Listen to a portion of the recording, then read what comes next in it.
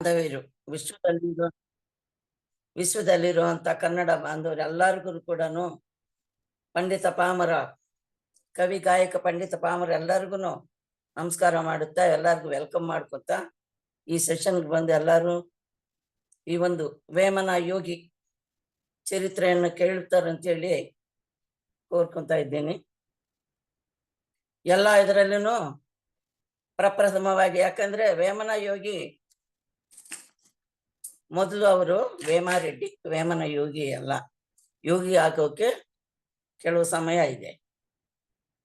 ಅವ್ರ ಚರಿತ್ರೆ ಫಸ್ಟ್ ಹೇಳ್ತೀನಿ ಇವತ್ತು.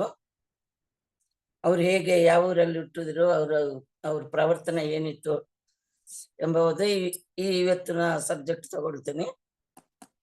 ಅದು ಮುಗಿದ ತಕ್ಷಣ ಮತ್ತೆ ಪೋಯಮ್ಸ್ ಬೇಗ ಮುಗಿದ್ರೆ ಪೋಯಮ್ಸ್ ಸ್ಟಾರ್ಟ್ ಮಾಡೋಣ. ಇದರಲ್ಲಿ ವೇಮನ ಯೋಗಿ ಈ ಒಂದು ಪೋಯಮ್ಸ್ ಅಲ್ಲಿ ನಮ್ಮ ಪತ್ರಿಜಿ ಗುರೂಜಿ ಅವರು ಕೆಲವೊಂದು ಪೋಯಮ್ಸ್ ಸೆಲೆಕ್ಟ್ ಮಾಡ್ಕೊಂಡಿದ್ದಾರೆ.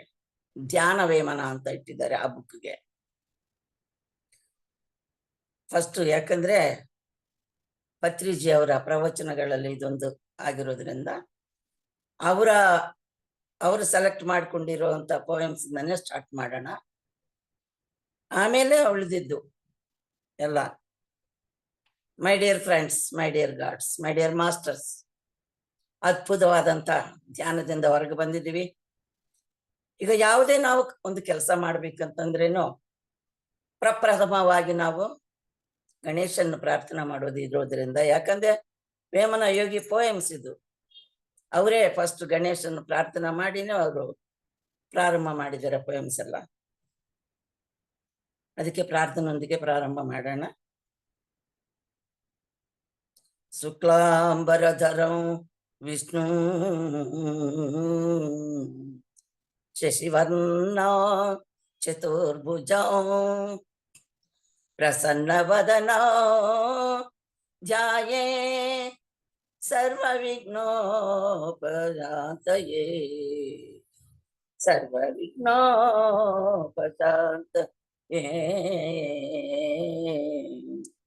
ಅಗಜಾನನ ಪದ್ಮಾರ್ಕಂ ಗಜಾನನ ಮಹರ್ನಿಶಂ ಅನೇಕದಂತಂ ಭಕ್ತಾನಾಂ ಏಕದಾಂತಮುಪಾಸ್ಮಹೇ.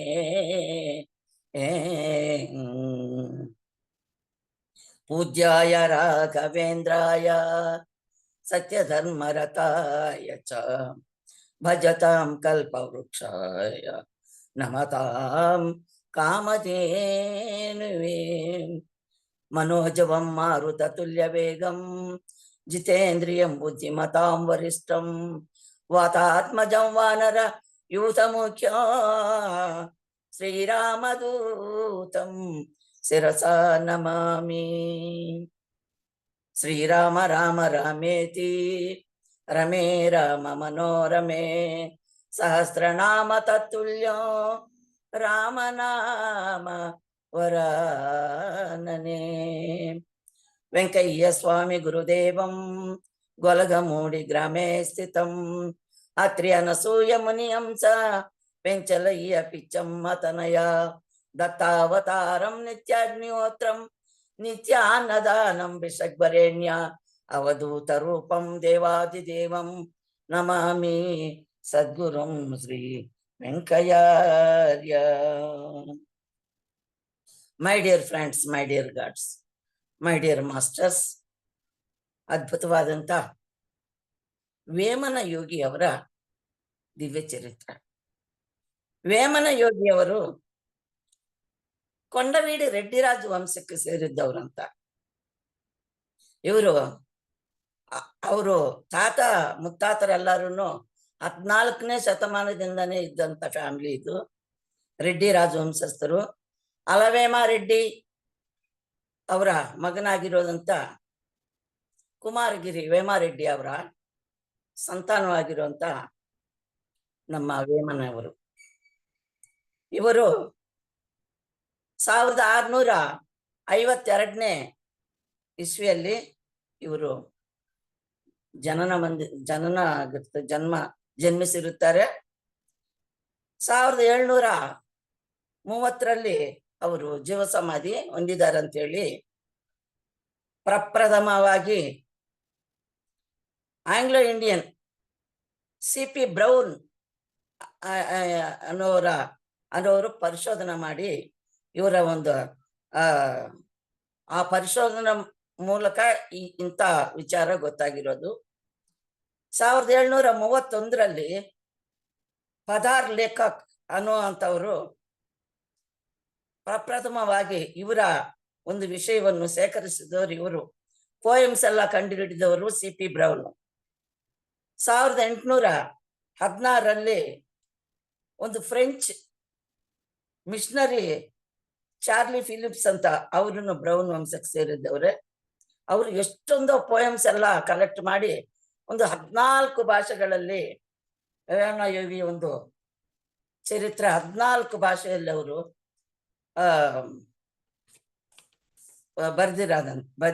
ಬರೆದಿದ್ದಾರೆ ಅಂತ ಒಂದು ಅವರು ಮುಖಾಂತರ ಗೊತ್ತಾಗ್ತಾ ಇದೆ ಹಿಸ್ಟ್ರಿ. ಕೊಂಡವೀಡಿ ರೆಡ್ಡಿರಾಜು ಇವರು ಕೊಂಡವೀಡು ಎಂಬುವ ಒಂದು ಗ್ರಾಮವನ್ನು ಆಲಿಸ್ತಾ ಇದ್ದರಂತೆ. ಅವರ ಹೆಸರು ಕುಮಾರಗಿರಿ ವೇಮಾರೆಡ್ಡಿ ಅವರು.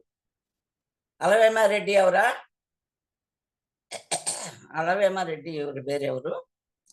ಕುಮಾರಗಿರಿ ವೇಮಾರೆಡ್ಡಿ ಅವರು ಒಂದು ಆಳ್ವಿಕೆ ಇದರಲ್ಲಿ ಇಬ್ಬರು, ಒಬ್ಬರು ಕೋಮಟಿ ಶೆಟ್ಟಿ, ಒಬ್ಬರು ಬ್ರಾಹ್ಮಣ ಅವರು. ಅವ್ರಿಗೆ ಚಿರಪರಿಚಿತರಾಗಂದ್ರೆ ಅವರಿಗೆ ಅವ್ರ ಕೆಲಸದಲ್ಲಿ ಅವರು ಇದ್ದಿರೋರ ಸೇವಕರಾಗಿದ್ರಂತೆ. ಇವ್ರು ಎಲ್ಲಾದ್ರೂ ಹಂಟಿಂಗ್ ಹೋಗ್ಬೇಕು ಅಂತಂದ್ರೆ ಇವರಿಬ್ಬರು ಜೊತೆಗೆ ಹೋಗೋರು. ಆ ತರ ಒಂದಿನ ಒಂದು ಕಾಡಿಗೆ ಅವರು ಬೇಟಾಡೋಕೆ ಹೋಗಿದ್ದಾಗ ಈ ಬ್ರಾಹ್ಮಣ ಅಪ್ಪನಿಗೆ ಬಿಲ್ವ ಕನ್ಯೆ ಎಂಬುವ ಒಂದು ಗಂಧರ್ವ ಕನ್ಯೆ ಸಿಗ್ತದೆ. ಆ ಬ್ರಾಹ್ಮಣಪ್ಪ ಆಯಮ್ಮನ ಮದುವೆ ಮಾಡ್ಕೊಂಡಿರ್ತಾರೆ. ಅವರ ಒಂದು ಪವಾಡದಿಂದ ಅವರಿಗೆ ಪರಿಸವೇದಿ ಅಂತ ಒಂದು ರಸಂ ಅಂದ್ರೆ ಒಂದು ಪದಾರ್ಥ ಸಿಕ್ಕಿತ್ತು ಅವ್ರಿಗೆ. ಆ ಪದಾರ್ಥದಿಂದ ಬಂಗಾರನ್ನು ತಯಾರು ಮಾಡ್ಬೋದು ಅಂತ. ಯಾವುದೇ ಒಂದು ವಸ್ತುದಲ್ಲಿ ಆ ಪದಾರ್ಥ ಹಾಕಿದ್ರೆ ಬಂಗಾರ ಆಗುತ್ತೆ. ಈ ತರ ಅದು ಸಿಕ್ಕಿದ್ದಾಗಿಂದ ಆ ಬ್ರಾಹ್ಮಣಯಪ್ಪ ಕುಟುಂಬ ಅದ್ಭುತವಾಗಿ ಸಿರಿ ಸಂಪದಗಳಲ್ಲಿ ಅವರು ಚೆನ್ನಾಗಿ ಅಭಿವೃದ್ಧಿ ಆಗಿದ್ದಾರಂತೆ.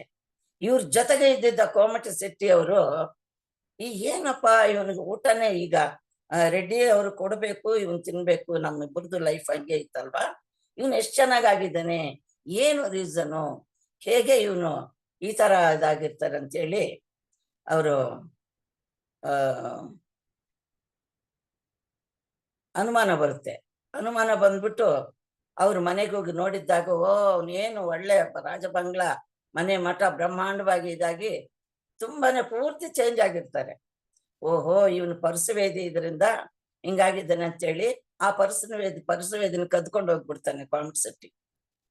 ಕದ್ಕೊಂಡೋಗಿದ್ದಾಗ ಇನ್ನು ಅಂತ ಸಿರಿ ಸಂಪದ ಹೋಗಿದ್ಮೇಲೆ ಅವ್ರಿಗೆ ಎಷ್ಟು ಭಯ ಒಂದು ಚಿಂತೆ ಆಗತ್ತಲ್ವಾ. ಆ ಗಂಡ ಹೆಂಡತಿ ಇಬ್ಬರು ಸತ್ತೋಗ್ಬಿಡ್ತಾರೆ. ಅವನು ಅದ್ರ ಮುಖಾಂತರನೇ ಅವರು ಕೊರಗಿ ಸತ್ತೋಗ್ಬಿಡ್ತಾರೆ. ಈ ಶೆಟ್ಟಿ ತುಂಬಾ ಈ ರೆಡ್ಡಿನಕ್ಕಿಂತ ಮೀರಿ ಅವರು ಶಾಹುಕಾರ ಆಗಿರ್ತಾರೆ. ಈಗ ಕುಮಾರಗಿರಿ ರೆಡ್ಡಿ ಅವ್ರಿಗೆ ವೇಮಾರೆಡ್ಡಿಗೆ ಅನುಮಾನ ಬರುತ್ತೆ. ಯಾಕೆ ಕೋಮಟಿ ಶೆಟ್ಟಿ ಇಷ್ಟು ಇದಾಗಿದ್ದಾನೆ, ಈಗ ನಮ್ ಕಡೆ ಬರೋದೇ ಇಲ್ಲ ಅಂತೇಳಿ. ಆವಾಗ ಕುಮಾರಗಿರಿ ವೇಮಾರೆಡ್ಡಿ ಅವ್ರಿಗೆ ಅದು ಗೊತ್ತಾಗಿ ಅವನ ಸರ್ವ ಸಂಪದೆ ಎಲ್ಲ ಕಿತ್ಕೊಂಡು ಬಂದ್ಬಿಡ್ತಾರೆ. ಈಗ ಆ ಚಿಂತೆಯಿಂದ ಆ ಕೋಮಟಿ ಶೆಟ್ಟಿನೂ ಸತ್ತೋಗ್ಬಿಡ್ತಾರೆ. ಈ ಕುಮಾರಗಿರಿ ವೇಮಾರೆಡ್ಡಿಗೆ ಎಷ್ಟು ವರ್ಷಗಳಾದ್ರೂ ಸಂತಾನನೇ ಆಗಿರಲ್ಲ. ಒಂದು ಶಾಪ ಆಗಿದ್ದಂಗೆ ಆಗಿದೆ ಇವರಿಬ್ಬರು ಸತ್ತಿಗಿರೋದು. ಆಮೇಲೆ ಒಬ್ರು ಯೋಗಿಗಳ ಹತ್ರ ಹೋಗ್ಬಿಟ್ಟು, ಗುರುಜಿ ಏನ್ ಮಾಡೋದು, ನನ್ಗೆ ಇಷ್ಟು ಸಿರಿ ಸಂಪದ ಇದ್ರೂ ಸಂತಾನ ಭಾಗ್ಯವಿಲ್ವಲ್ಲ, ಏನ್ ಮಾಡ್ಲಿ ನಾವು ಅಂತಾಗ ಅವರು ಹೇಳ್ತಾರೆ, ಆ ಋಷಿಯವರು ಏನಂತ, ಅಪ್ಪ ನಿಮ್ಗೆ ಈ ತರ ಶಾಪ ಇದೆ, ಈ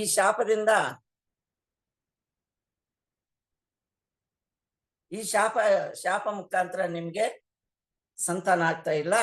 ನೀವೊಂದು ಈಶ್ವರ ಟೆಂಪಲ್ ಕಟ್ಸ್ಬಿಡಿ. ಈಶ್ವರ ಟೆಂಪಲ್ ಕಟ್ಸಿ ನೀವು ಅದನ್ನು ನಿಮ್ಮ ಆಳ್ವಿಕೆದಲ್ಲಿನೇ ಅದನ್ನು ಪೂಜಾ ಪುನಸ್ಕಾರ ನಡೀತಾ ಇರ್ಬೇಕು. ಆವಾಗ ನಿಮ್ಗೆ ಆ ಶಾಪ ವಿಮೋಚನೆ ಆಗತ್ತೆ, ನಿಮ್ಗೆ ಸಂತಾನ ಆಗುವಂತ ಯೋಗ ಇದೆ ಅಂತ ಹೇಳಿದ್ಮೇಲೆ ಆ ಕುಮಾರಗಿರಿ ವೇಮಾರೆಡ್ಡಿ ಅವರು ಆ ಅದೇ ರೀತಿ ಈಶ್ವರ ಟೆಂಪಲ್ ಕಟ್ಟಿಸಿ ಅವರು ಅದ್ಭುತವಾಗಿ ಪೂಜಾ ಪುನಸ್ಕಾರಗಳು ಮಾಡಿಸ್ತಿರ್ತಾರೆ. ಕೆಲವು ದಿನಕ್ಕೆ ಕುಮಾರಗಿರಿ ವೇಮಾರೆಡ್ಡಿ ಅವ್ರಿಗೆ ಒಂದು ಫಸ್ಟ್ ಮಗ ಹುಡ್ತಾನೆ. ಆ ಮಗನ ಹೆಸರು, ಯಾಕಂದ್ರೆ ಶಾಪ ಇದೆಲ್ಲ ಇವರಿಬ್ಬರದು, ಅಲವೇಮ ಪೆದ್ದ ಕಾಮಿಟಿ ಅಲವೇಮಾರೆಡ್ಡಿ ಅಂತ ದೊಡ್ಡವ್ರಿಗಿಟ್ಟಿರ್ತಾರೆ. ಎರಡನೇ ಅವರು ಬ್ರಾಹ್ಮಣ ಆಯಪ್ಪ ಹೆಸರು ಬರುವಂಗೆ ರಾಚವೇಮಾರೆಡ್ಡಿ ಅಂತ ಇರ್ತಾರೆ. ಮೂರನೇ ಹುಡುಗ ನಮ್ಮ ವೇಮಾರೆಡ್ಡಿ ಅವರು ಬಾಲ್ಯದಿಂದನೇ ಇವರು ದಯಾ ದಾಕ್ಷಿಣ್ಯತ ಒಳ್ಳೆ ಕನಿಕರ ಉಳ್ಳಂತ ವ್ಯಕ್ತಿ, ದೈವಿಕವಾದಂತ ವ್ಯಕ್ತಿ. ಗತ ಜನ್ಮದಲ್ಲಿನ ಅವರು ದೊಡ್ಡ ಯೋಗಿ. ಆದ್ರೂ ಅವರು ಕೆಲವೊಂದು ಕಾರಣಾಂತರದಿಂದ ಅವರು ಕೆಲವೊಂದು ಬ್ಯಾಲೆನ್ಸ್ ಇರ್ತವಲ್ಲ, ಗತ ಜನ್ಮದಲ್ಲಿ ನಾವು ಬಿಟ್ಟಿರೋದೆಲ್ಲ ಈ ಜನ್ಮದಲ್ಲಿ ಅದನ್ನು ನಾವು ಅದನ್ನು ಬುತ್ತಿ ಕಟ್ಕೊಂಡ್ ಬರ್ತೀವಿ, ಅದನ್ನ ಅನುಭವಿಸಲೇಬೇಕಲ್ವಾ. ಅದೇ ರೀತಿ ವೇಮಾರೆಡ್ಡಿ ಅವರು ಹುಟ್ಟಿದ ತಕ್ಷಣ ತಾಯಿ ತೀರ್ಕೊಂಡ್ಬಿಡ್ತಾರೆ. ಈಗ ಅಲವೇಮಾರೆಡ್ಡಿ ಅವ್ರಿಗೆ ಮದುವೆ ಮಾಡಿರ್ತಾರೆ. ಅಲವೇಮಾರೆಡ್ಡಿ ಅವರ ಹೆಂಡತಿ ನರಸಿಂಹಾಂಬ ವೇಮಾರೆಡ್ಡಿ ಅವರನ್ನು ಹೆತ್ತ ಮಗನಕ್ಕಿಂತ ಹೆಚ್ಚಾಗಿ ಸಾಕ್ತಾ ಇರ್ತಾರೆ. ಅತ್ತಿಗೆ ಅಮ್ಮ ಅಂದ್ರೆ ಅಷ್ಟು ಪ್ರೀತಿ, ಪ್ರೇಮ, ವಿಶ್ವಾಸ, ಭಕ್ತಿ ಉಳ್ಳವರು. ಇವರು ಬೆಳೀತಾ ದೊಡ್ಡವರಾಗ್ತಾರೆ. ದೊಡ್ಡವರಾಗಿದ್ಮೇಲೆ ವೇಮಾರೆಡ್ಡಿಗೆ ಸಣ್ಣ ವಯಸ್ಸಿನಲ್ಲಿ ಮದುವೆ ಮಾಡಿರ್ತಾರಂತೆ. ಆದ್ರೆ ಆ ಹೆಂಡತಿ ಎಲ್ಲಿರ್ತಾರಂತನೂ ಗೊತ್ತಿಲ್ಲ. ಹೆಂಡತಿ ಕಡೆನೆ ಗಮನ ಇಲ್ಲ. ಯಾಕಂದ್ರೆ ಸಣ್ಣ ಹುಡುಗರು ಅವಾಗ ಮದುವೆ ಮಾಡಿರ್ತಾರೆ. ಆ ಅಮ್ಮ ದೊಡ್ಡವಳಾಗಿ ಆಗೋಷ್ಟೊತ್ತಿಗೆ ಇವ್ರ ಪ್ರವರ್ತನ ಚೇಂಜ್ ಆಗಿರುತ್ತೆ. ವೇಮನ್ನ ಅವ್ರದ್ದು ಇವರು ಹೇಗೆ ಅಂತಂದ್ರೆ ಇವರಿಗೆ ಕುಲ ಮತ ಭೇದವೇ ಇಲ್ಲ. ವೇಮಾರೆಡ್ಡಿ ಅವರಿಗೆ ಇನ್ನ ಯೋಗಿ ಆಗಿಲ್ಲ. ನಾನು ಇವಾಗ ಬಿಫೋರ್ ಯೋಗಿ, ಭೋಗಿ ವೇಮನ್ನದ ಬಗ್ಗೆ ಹೇಳ್ತಾ ಇದ್ದೇನೆ. ಇವಾಗ ಅವರು ಭೋಗವನ್ನು ಅನುಭವಿಸ್ತಾ ಇದ್ದಾರೆ. ಇವಾಗ ಇನ್ನ ಯೋಗಿ ಆಗಿಲ್ಲ. ಇವರು ಒಂದಿನ ಮನೆ ಬಿಟ್ಟು ಆಚೆ ಬರುವಾಗ ಜೋರಾಗಿ ಒಂದು ಹುಡುಗ ಕಿಚ್ಕೊಂಡು ಅಳ್ತಾ ಇರ್ತಾನೆ. ಅಯ್ಯೋ ಬಿಡಪ್ಪ, ನನ್ನ ಬಿಡಪ್ಪ ಅಂತ ಹೇಳಿ ಜೋರಾಗಿ ಕಿರ್ಸ್ತಾ ಇರ್ತಾರೆ. ಇಲ್ಲಿಂದ ಬರುತ್ತೆ ಈ ಶಬ್ದ ಅಂತ ಹೇಳಿ ಇವರು ಅಲ್ಲಿಗೆ ಹೋಗಿ ನೋಡಿದ್ರೆ ಬ್ರಾಹ್ಮಣರ ಮನೆಯಲ್ಲಿ, ಯಾಕಂದ್ರೆ ಆ ಈಶ್ವರ ಪೂಜೆ ಮಾಡ್ತಾ ಇರುವಂತ ಶಾಸ್ತ್ರಿಗಳ ಮನೆಯಲ್ಲಿ ದೊಡ್ಡ ಸೀಬೆ ಗಿಡ ಹಾಕಿರ್ತಾರೆ. ಆ ಗಿಡ ತುಂಬಾ ಹಣ್ಣು ಬಂದಿರುತ್ತಂತೆ. ಒಬ್ಬ ಬಡಪಾಯಿ ಒಂದು ಕಡಜಾತಿ ಹುಡುಗ ಆ ಹಣ್ಣನ್ನ ನೋಡ್ಬಿಟ್ಟು ತಿನ್ಬೇಕಂತ ಆಸೆ ಆಗಿ ಆ ಪ್ರಹರಿ ಆಗ್ಬಿಟ್ಟು ಹೋಗಿ ಆ ಮರ ಹತ್ಬಿಟ್ಟು ಆ ಹಣ್ಣು ಕಿತ್ಕೊಂತ ಇರ್ತಾನೆ. ಅಷ್ಟೊತ್ತಿಗೆ ಆ ಶಾಸ್ತ್ರಿ ಅವರ ಮಗ ಹೋಗ್ಬಿಟ್ಟು ಹಿಡ್ಕೊಂಡ್ಬಿಡ್ತಾನೆ. ಆ ಹುಡುಗನ್ನು ಹಿಡ್ಕೊಂಡು ಎಲ್ಲಾರನ್ನೂ ಕೂಗ್ತಾರೆ, ಅಪ್ಪ ಅಪ್ಪ ಇವನ್ ಬಂದಿದ್ಬಿಟ್ಟು ಕದ್ಕೊಂತಾ ಇದ್ದಾನೆ ನೋಡಿ, ಕದಿತಾ ಇದ್ದಾನೆ ಹಣ್ಣು ಅಂತೇಳಿ ಕಿರ್ಚಿದ ತಕ್ಷಣ ಎಲ್ಲಾ ಬ್ರಾಹ್ಮಣರೆಲ್ಲ ಬಂದ್ಬಿಟ್ಟು ಆ ಹುಡುಗನ್ನು ಮರಕ್ಕೆ ಕಟ್ಟಾಕ್ಬಿಟ್ಟು ಇಷ್ಟ ಬಂದಾಗ ಹೊಡಿತಾ ಇರ್ತಾರೆ. ಆಗ ವೇಮಾರೆಡ್ಡಿ ಅವರು ಹೋಗಿದ ತಕ್ಷಣ ಆ ಹುಡುಗನ್ ನೋಡಿ ಇವ್ರಿಗೆ ಹೊಟ್ಟೆ ಉರಿದೋಗುತ್ತಂತೆ. ಅಯ್ಯೋಯ್ಯೋ, ಯಾಕೆ ಇವನ್ ಹುಡುಗ ಈ ತರ ಹೊಡಿತಾ ಇದ್ದೀರಲ್ಲ, ಯಾಕೆ ಅಂತ. ಇಲ್ಲ, ಅವ್ನು ಕದ್ಕೊಂಡಿದ್ದಾನೆ, ಕದ್ಕೊಂಡು ಹಣ್ಣು ತಿಂತಾ ಇದ್ದಾನೆ. ಅದಕ್ಕೆ ಇವನ್ನು ಈ ಮರನು ಎರಡನ್ನು ಸುಟ್ಟು ಬೂದಿ ಮಾಡ್ಬೇಕು ನಾವೀಗ. ಯಾಕಂದ್ರೆ ಬೂದಿ ಮಾಡ್ಲೇಬೇಕು. ಅನ್ಟಚಬಿಲಿಟಿ ಪರ್ಸನ್, ನಮ್ಗೆ ವ್ರತ ಭಂಗವಾಗುತ್ತೆ. ನಾವು ನಿಯಮ ನಿಷ್ಠದಿಂದ ಬಾಳುವಂತ ಜನ. ನಮ್ಮ ಮನೆಗೆ ಇಂಥ ಕಡಜಾತಿ ಹುಡುಗ ಬಂದಿರೋದ್ರಿಂದ ನಮ್ಮ ಮರನ ಮುಟ್ಕೊಂಡಿದ್ದಾನೆ. ಈ ಮರ ನಮ್ಮ ಮನೆಯಲ್ಲಿ ಇರಬಾರ್ದು, ಇಬ್ಬರನ್ನ ಸುಟ್ಟಾಕ್ಬಿಡ್ತೀವಿ ಅಂತ ಹೇಳಿ ಸುಡಕ್ಕೆ ಶುರು ಮಾಡ್ತಾ ಇರ್ತಾರೆ ಹೊಡೆದು. ಆವಾಗ ವೇಮನ್ನ ಹೇಳ್ತಾರೆ, ವೇಮಾರೆಡ್ಡಿ ಅವರು, ಈ ಹುಡುಗನ್ನ ಹಿಡ್ಕೊಂಡಿದ್ದು ಯಾರು ಅಂತ. ನಮ್ಮ ಮಗ ಅಂತ ಕರ್ತಾರೆ. ಹೌದು, ಅವನು ಕರ್ಸಿ, ಅವನು ಕಟ್ಟಾಕಿ ಮರಕ್ಕೆ. ಯಾಕೆ ಹೇಳಿ, ಇವನು ಮುಟ್ಕೊಂಡಿದ್ದಾನಲ್ವಾ, ಅವನು ಈಗ ಅಶುದ್ಧನಾಗಿದ್ದಾನಲ್ಲ, ಶುದ್ಧವಿಲ್ಲವಲ್ಲ ಅವನು, ಅದರಿಂದ ಅವನು ಕಟ್ಟಾಕಿ ಸುಟ್ಬಿಡೋಣ ಅಂತ. ಅಯ್ಯಯ್ಯೋ, ಎಲ್ಲಾದ್ರೂ ಸಾಧ್ಯವೇ, ನಮ್ಮ ಹುಡುಗನ ಯಾಕೆ ಸುಟ್ಬೇಕು ಅಂತಾನಂತೆ. ಇಲ್ಲ, ಅದರಿಂದ ನಿಮ್ಮ ಹುಡುಗ ನಿಮ್ಗೆ ಎಷ್ಟು ಹೆಚ್ಚು, ಎಲ್ಲಾರ ಮಕ್ಕಳು ಕೂಡ ಅದೇ ಹೆಚ್ಚು. ಇದರಲ್ಲಿ ಕುಲ ಮತ ಭೇದ ಏನಿಲ್ಲ. ಎಲ್ಲಾರಲ್ಲೂ ನುಂಡದು ದೈವತ್ವ, ಎಲ್ಲಾರಲ್ಲೂ ಇರೋದು ಆತ್ಮ ದೈವ ಸ್ವರೂಪ. ಅದರಿಂದ ನೀವು ಇಂಥ ಭಯಂಕರವಾದಂತ ಶಿಕ್ಷೆ ಈ ಹುಡುಗನ್ಗೆ ಹಾಕ್ಬಾರ್ದು ಅಂತ ಹೇಳಿ ಅಲ್ಲಿಂದ ಬಿಡಿಸ್ಕೊಂಡು ಆ ಹುಡುಗನ್ಗೆ ಏನ್ ಬೇಕಲ್ಲ ಕೊಟ್ಟು ಕರ್ಕೊಂಡ್ಬರ್ತಾರೆ. ಇನ್ನೊಂದು ದಿನ ಏನಾಗತ್ತೆ, ಬೀದಿಗೆ ಬರ್ತಾ ಇರ್ತಾನೆ. ಅಪ್ಪ ಎದ್ದ ತಕ್ಷಣ ಇನ್ನೇನ್ ಕೆಲಸ, ಅತ್ತಿಗೆ ಅಚ್ಚುಕಟ್ಟಾಗಿ ಮಾಡಾಕ್ತಾರೆ, ತಿನ್ಕೊಳ್ಳೋದು, ತಿರುಗ್ತಾ ಇರೋದು. ಅಪ್ಪ ಹೋಗಿ ವೇಮನ.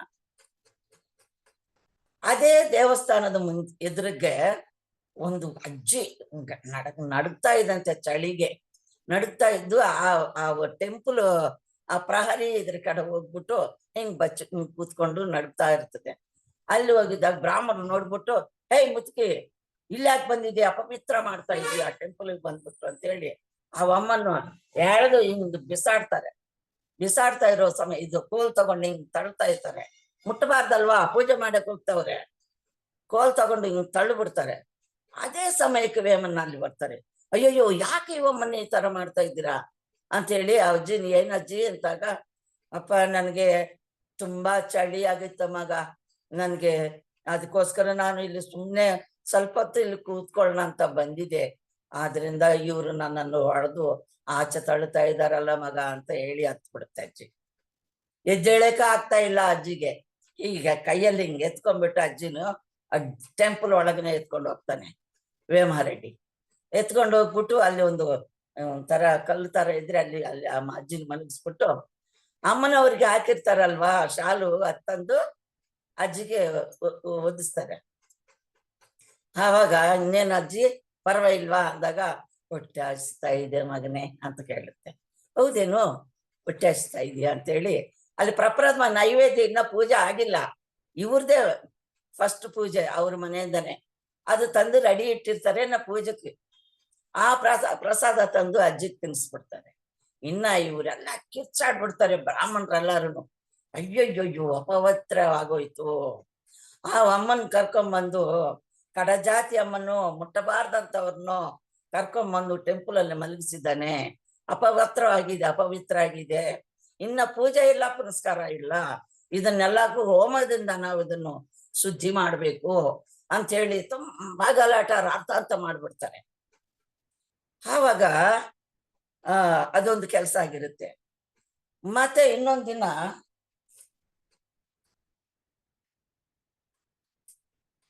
ದಿನ ಹೋಗಿದ್ದಾಗ ಒಂದು ತೋಟ,